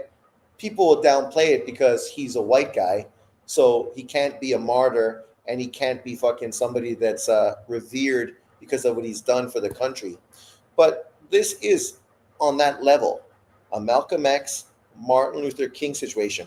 Actually, to be fair, Charlie Kirk is bigger than either one of those two guys because there was no social media when Malcolm X and Martin Luther King were around. So people had not heard them speak as much as people have heard Charlie Kirk speak. Charlie Kirk fucking had 1 billion people watch his videos. Nobody has ever fucking watched 1 billion videos of fucking Martin Luther King or Malcolm X. Yes, because of the time. But no, it's true. What are you talking about, aircraft carrier? With social media now, he's way popular, more popular than they were. They became popular post-death with 60 years of their books and fucking media behind them highlighting the great things they did in the world. I ain't downplaying either one of them. I respect and appreciate both of them. I've read Malcolm X's book, and I have the utmost respect for Malcolm X. And Martin Luther King, like Charlie Kirk, was also a Christian. Could you imagine him pushing that stuff today? His Christian type of impact? Like, nobody wants to listen to Christians anymore. That's one of the reasons why Charlie Kirk got shot. Who's more impactful? Okay, let's put it this way, aircraft carrier. What fucking president of the United States did fucking Martin Luther King or Malcolm X get put into office? Tell me which one. Because the answer is fucking zero. Donald Trump got elected for a large part because of Charlie Kirk. And he will tell you that, and people around the party will tell you that. Charlie Kirk was impactful, influential. When 1 billion people watch your videos, that tells you something. When people in Australia and England are fucking upset because Charlie Kirk got murdered.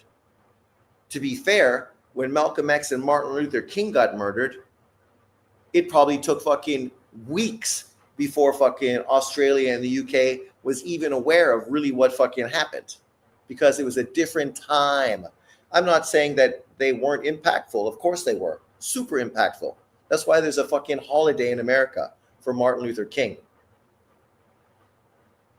But I think you're underestimating fucking Charlie Kirk, and I know why. Because he's just a white boy, just a white kid.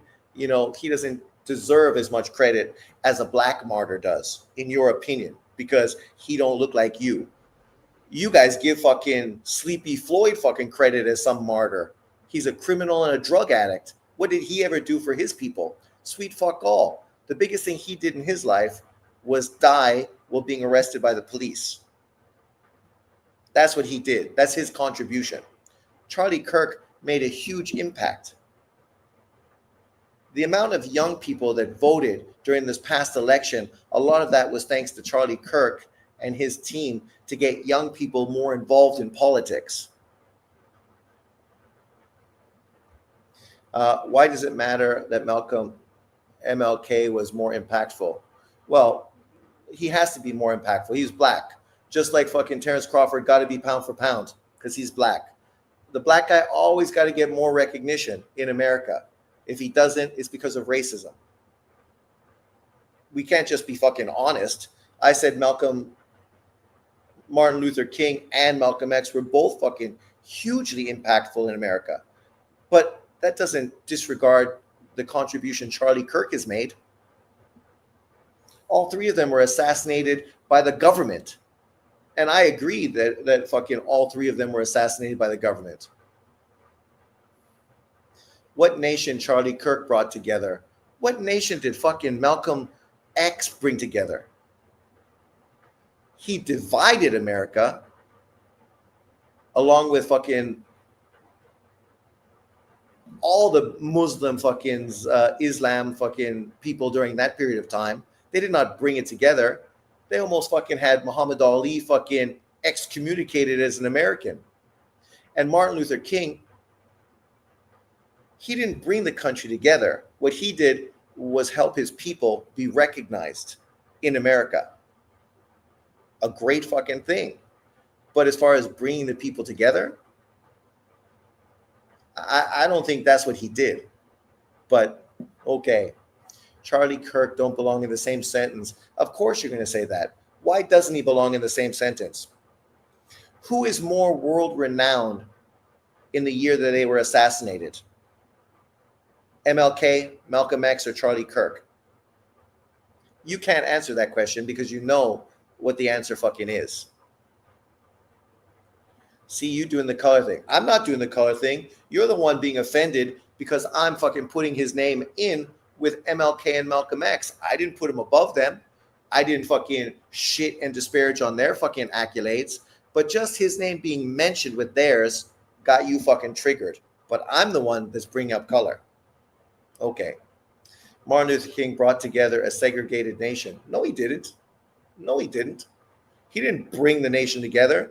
The nation's still fucking hostile 60 fucking years later. Just as much now as it was fucking then. That's the irony. Because I lived through fucking the 70s and the 80s and the 90s and the 2000s. And shit wasn't like it is today. Things were cool. The media has really fucking created a racial divide in America, which fucking harkens back to the late 60s. And you weren't born back then. So I don't know what you're saying. The country has more race issues now than it did before the civil rights movement. I won't say more, but it's equal to. What's going on because of the fucking radical left and the media has literally ignited this whole fucking situation once again. And this is after decades of not having hostility, right? We didn't have this hostility in the 70s, 80s, 90s, 2000s. There wasn't this huge racial divide in America like there is today. Social media has been the perfect tool for the media and the liberals to fucking push hate and separate people. And you're fucking part of the problem because you don't want to give Charlie Kirk any credit because somehow, how can he be mentioned with historical black figures? What? So there's no historical white figures? Only historical black figures. That's the America you live in. Every white guy's a racist. Every black guy's a martyr. Every white guy fucking is the problem. Every black guy is the fucking solution. See, that's what you think. And unfortunately, that's what the media is fucking ingrained in your brain so that you have this jaded fucking perspective. I wasn't shitting on Martin Luther King or Malcolm X. I just see what happened yesterday on a very even fucking pedestal as those situations. And time will show. Charlie Kirk got fucking Donald Trump elected as a president. You can't have much bigger of an impact in America than getting the president put into power. He's a troll, but you're trolling right now. I'm not a troll. MLK is a known communist. Violence occurred everywhere he went. MLK is no Charlie Kirk. To be fair, in the 60s, obviously things were different. And I won't say he was a communist, but he's probably socialist for sure. MLK died for nothing. There's more racial tension now than there was when he was marching for peace or whatever. Well, Evan, now you are trolling. You're being just as bad as Aircraft Carrier and others. The reality is there's a fair ground in there that both of you guys failed to fucking mention. Martin Luther King had an impact in America as far as segregation, buses, bathrooms, restaurants, schools. Obviously, he wasn't the only person that did that. You are. You totally are. You're acting like somehow it's a racist point to mention Charlie Kirk in the same breath as MLK and Malcolm X. Malcolm X, he don't got no holiday. What did he do for America? You tell me. I know what he did for America because I read his book and I appreciated him. But what do you think he did for the country? Did he bring the country together? You could say that about the Christian preacher, which is what Charlie Kirk was, a Christian fucking preacher.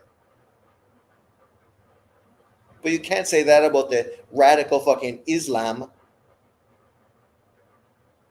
prophet that preached violence against white people in America. That's only half the story. But how much of the story do you even know, aircraft carrier? Do tell. Educate us on your knowledge of fucking Malcolm X. I doubt it's fucking as much as mine. I doubt if you read his autobiography or his biography. Did you? You have this much rage. What are you talking about, Mexico? You fucking haven't even listened to the comments, and you're talking about rage against black people. What rage? See, once again, you and your stupid fucking comments come in here sounding like a fucking complete dumbass. I ain't hating on fucking any black person. Aircraft carrier is the one that's being offended because Charlie Kirk is getting some fucking credit on my channel. There's nobody hating on any black person. I'll even give Mexico a shout out. Pancho Villa, a great Mexican hero.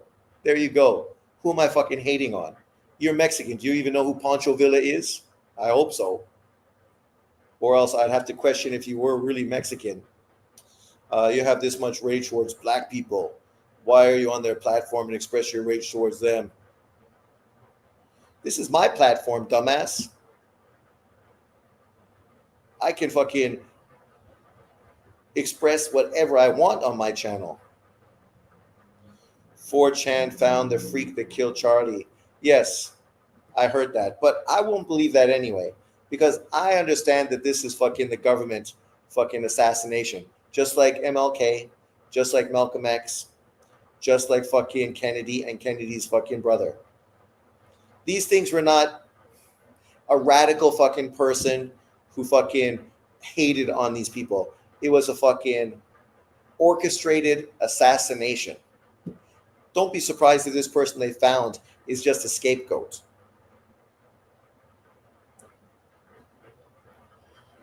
"4chan is full of incels and white racists, man. The media is awful." Well, that's true. I said go to the platform and express your rage towards them. Mexico, you know that you cannot go to any of those channels and ever have a different opinion, or else you're going to be blocked.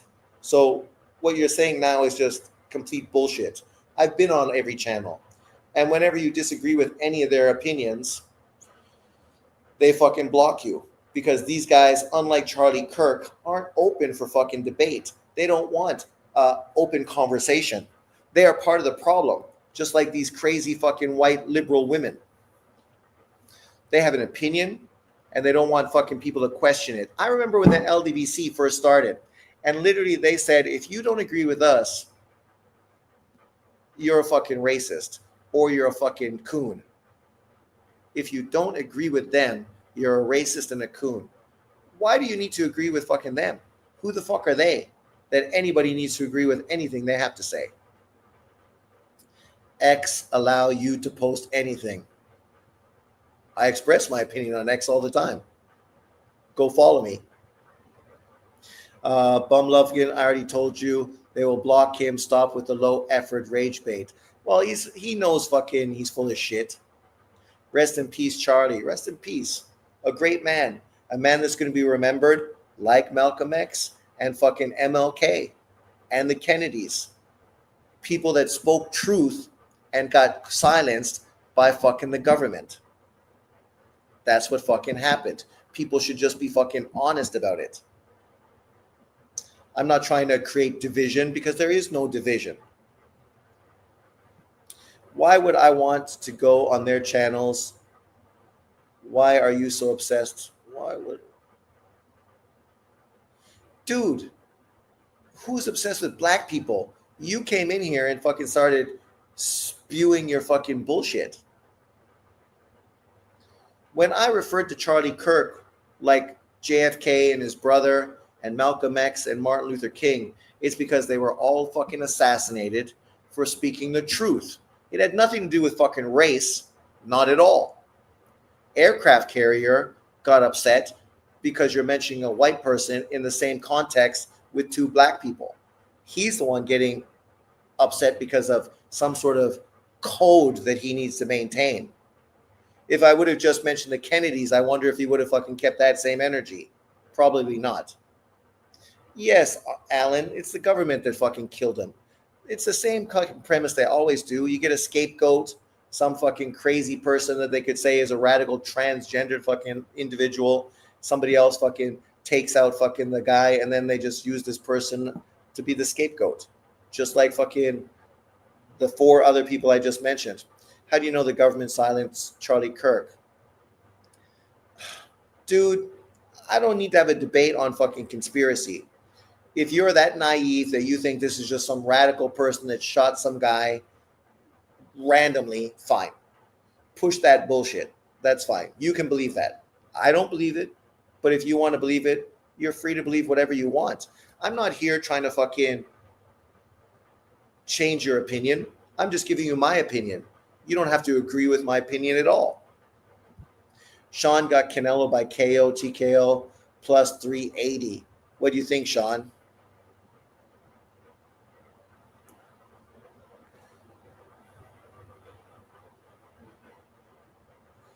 If Canelo wins, I would say it's definitely going to be by TKO or KO. I put 750 on Canelo by KO. Sean, you started talking about black people 5 minutes into the boxing live. Shake my head. We're watching boxing. One of the guys I'm watching is black. What the fuck are you talking about? Like, dude, are you mental? And obviously you don't know who Pancho fucking Villa is, right? Because you didn't even mention it. So you don't even know who Pancho Villa is. So are you even fucking Mexican? I don't think so. Take your fucking fake Mexican fucking rage somewhere else. The white European, John's words, will step on Crawford and his excuses will be palpable. Well, it's the weight bully that will beat Crawford and then John will have the excuse. Wasn't the shooter white? Once again, I don't understand what's this fucking focus on the color of the shooter. I don't think anyone ever accused a black person of being the shooter of Charlie Kirk. I don't think it ever came into fucking conversation ever that it was a black person that shot Charlie Kirk. Literally.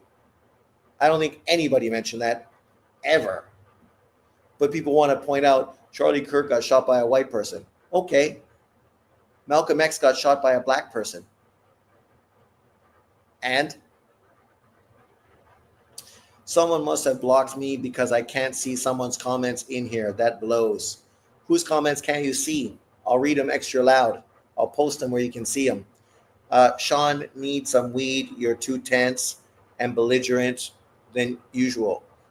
Dude, you're the one that fucking is upset because Charlie Kirk got mentioned with MLK and Martin Luther King.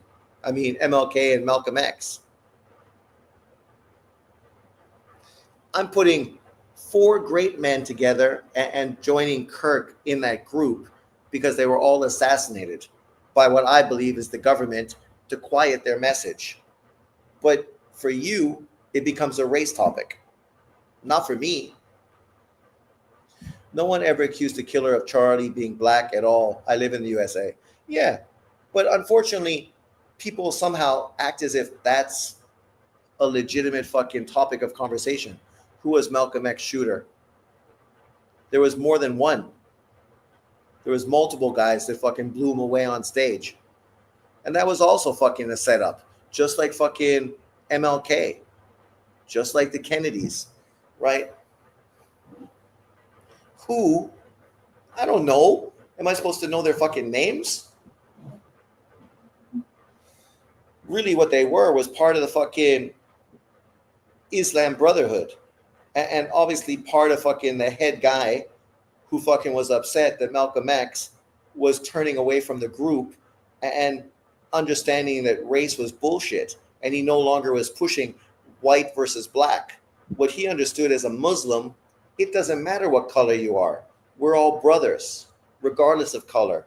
And that's when he got killed, when he started to go against their race war, which is what they were pushing. Pro-black, anti-white, violence. Malcolm X went against that when he fucking did his trip to Mecca and was at Mecca surrounded by black Muslims, white Muslims, brown Muslims, and he understood that this whole race thing is bullshit. People get fixated on it and use it to separate us, but that's all they're doing. And he realized that in the 60s. But we're fucking still arguing with people like you and others in fucking 2025 because you're still so fucking brainwashed that you think that is the fucking topic of discussion, like John Boxing, right?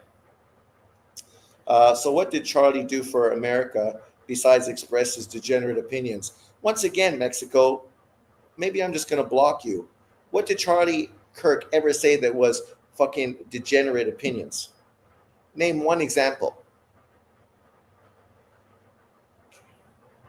Look at you. Malcolm X was killed for treason. What's true? What do you mean treason? What treason? So now you're justifying fucking the head of the fucking Islam Brotherhood killing Malcolm X. Because again, he was speaking the truth and had a different fucking opinion, just like Charlie Kirk. Right? The more you talk, the more you expose yourself. And as far as Mexico owns Bumlufkin, like, dude, you fucking probably didn't even graduate from high school. So there's nothing you're going to say that's going to make any sense at all. Because you never made one statement that fucking was credible ever on my channel. Please tell me what fucking Charlie Kirk said that was degenerate. I believe John Lennon was done in by the government. All those dudes as well. Fucking what's her face? Janis Joplin, Jimi Hendrix, fucking The Doors. All these people were anti-government during that period of time. And they were all fucking eliminated because they had too much impact pushing the truth. Lenin, I'm kind of surprised he was killed when he was killed, though, because at that point he was kind of irrelevant. It's pointless trying to talk sense to the far left. It is. They're mental. All they want is violence, and they're fucking happy to revel in fucking people's death and fucking, terrible things happening to people. But yet they're the ones that are so fucking great and want peace and everything else to be great. But they don't. They want to fucking have everyone agree with their opinion. You can't have your own opinion. You got to be a fucking sheep and toe the fucking line. Imagine that in America. Sickening. This is getting kind of preposterous. Later, Sean. Again, still, you haven't fucking made any point whatsoever, and now you're running. Running away. Go run. What's preposterous? You just said that Malcolm X was killed for treason. Treason by who?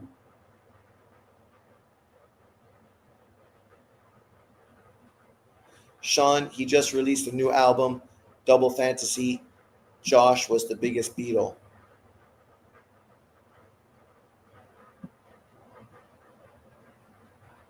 Yeah, there's a shit stain to the West world. It's true. John was the biggest Beatle, for sure. Yeah, I agree with that completely. Not like Paul McCartney, who's much more of a sellout. But it just seems strange that at that point he was killed. But mind you, when it happened, I was young, so maybe I wasn't on top of things as much as I should be.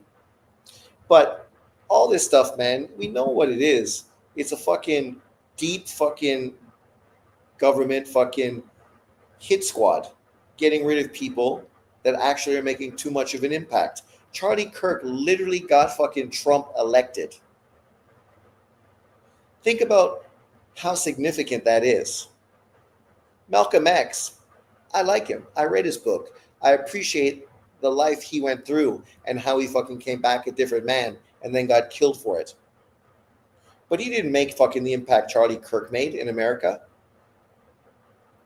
Nowhere fucking close. The Kennedys did.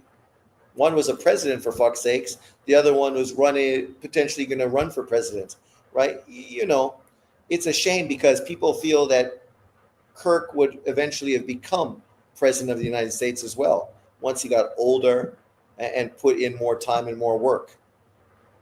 And it's a shame that this is fucking what happens because of a radical left who, like the LDBC and many of these people on the YouTube boxing community, can only point fingers and accuse people of fucking vile fucking things using epitaphs to describe them.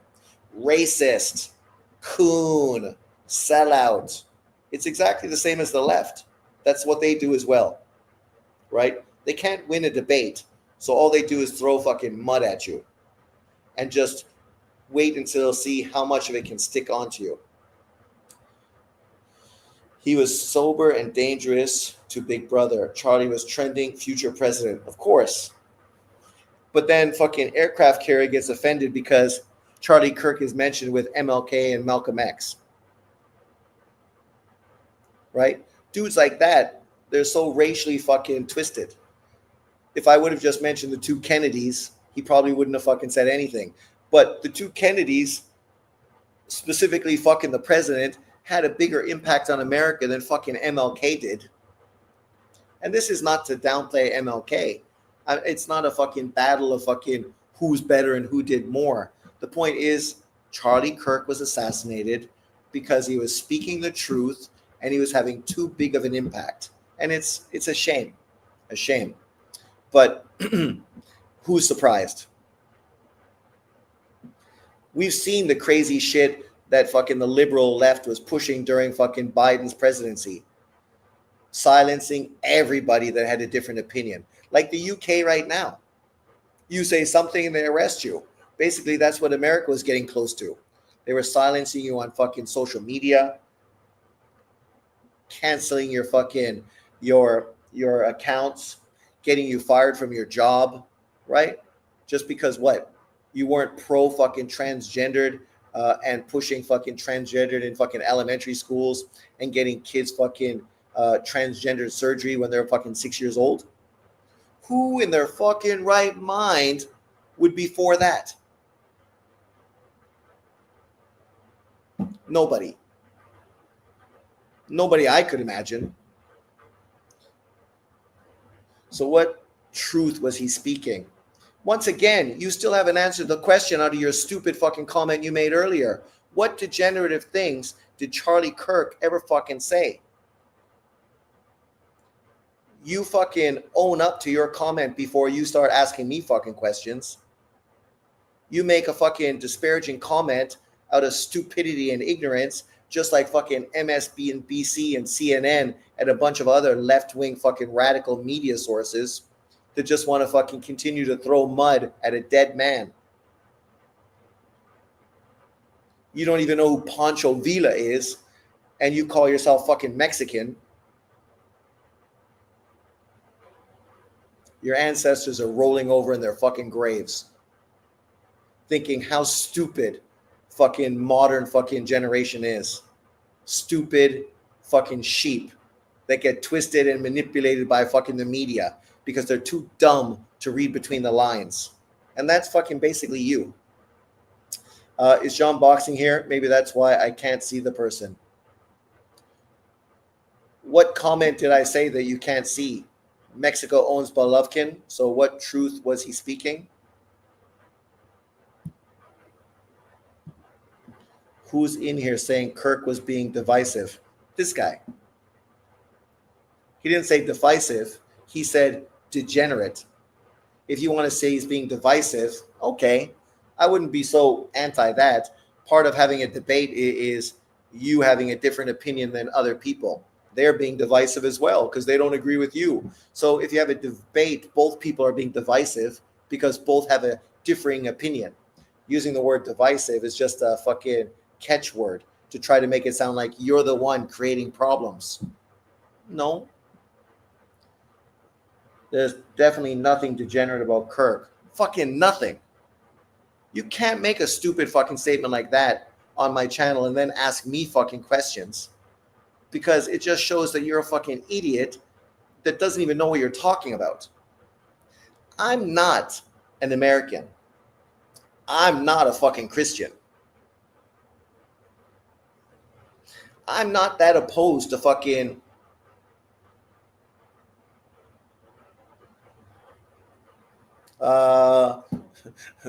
birth control. What is it? Fucking, what kind of birth control? Why can't I think of the word? I'm not opposed to that either. I'm not some radical Christian that fucking rides the Bible and scripture. Charlie Kirk was, and many people in America are black, white, Mexican, Filipino. A lot of Christians in America, people that could relate to his message. But outside that message, this was a guy that loved America and wanted to create fucking conversation, get people talking. Only when you fucking feel heard and listened to can you then accept other people's opinions.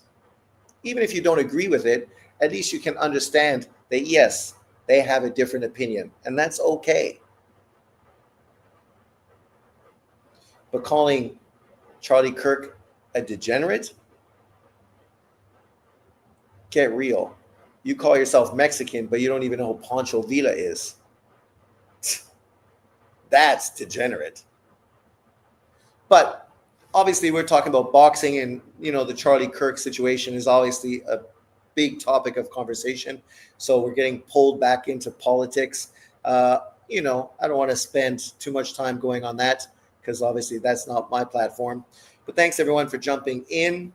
I appreciate it as always. And obviously, Saturday night, the biggest fight of 2025, the fight of the decade, Canelo versus Bud Crawford. We'll see who's right, me or you. Leave your comments below. Remember to like, share, and subscribe, and I'll see you next time. Peace out, everyone. I'm glad I live in Taiwan. At least I don't have to worry about bullets. Peace out. You too, my brother. Have a good one. Me, I'm picking Crawford by split or majority decision.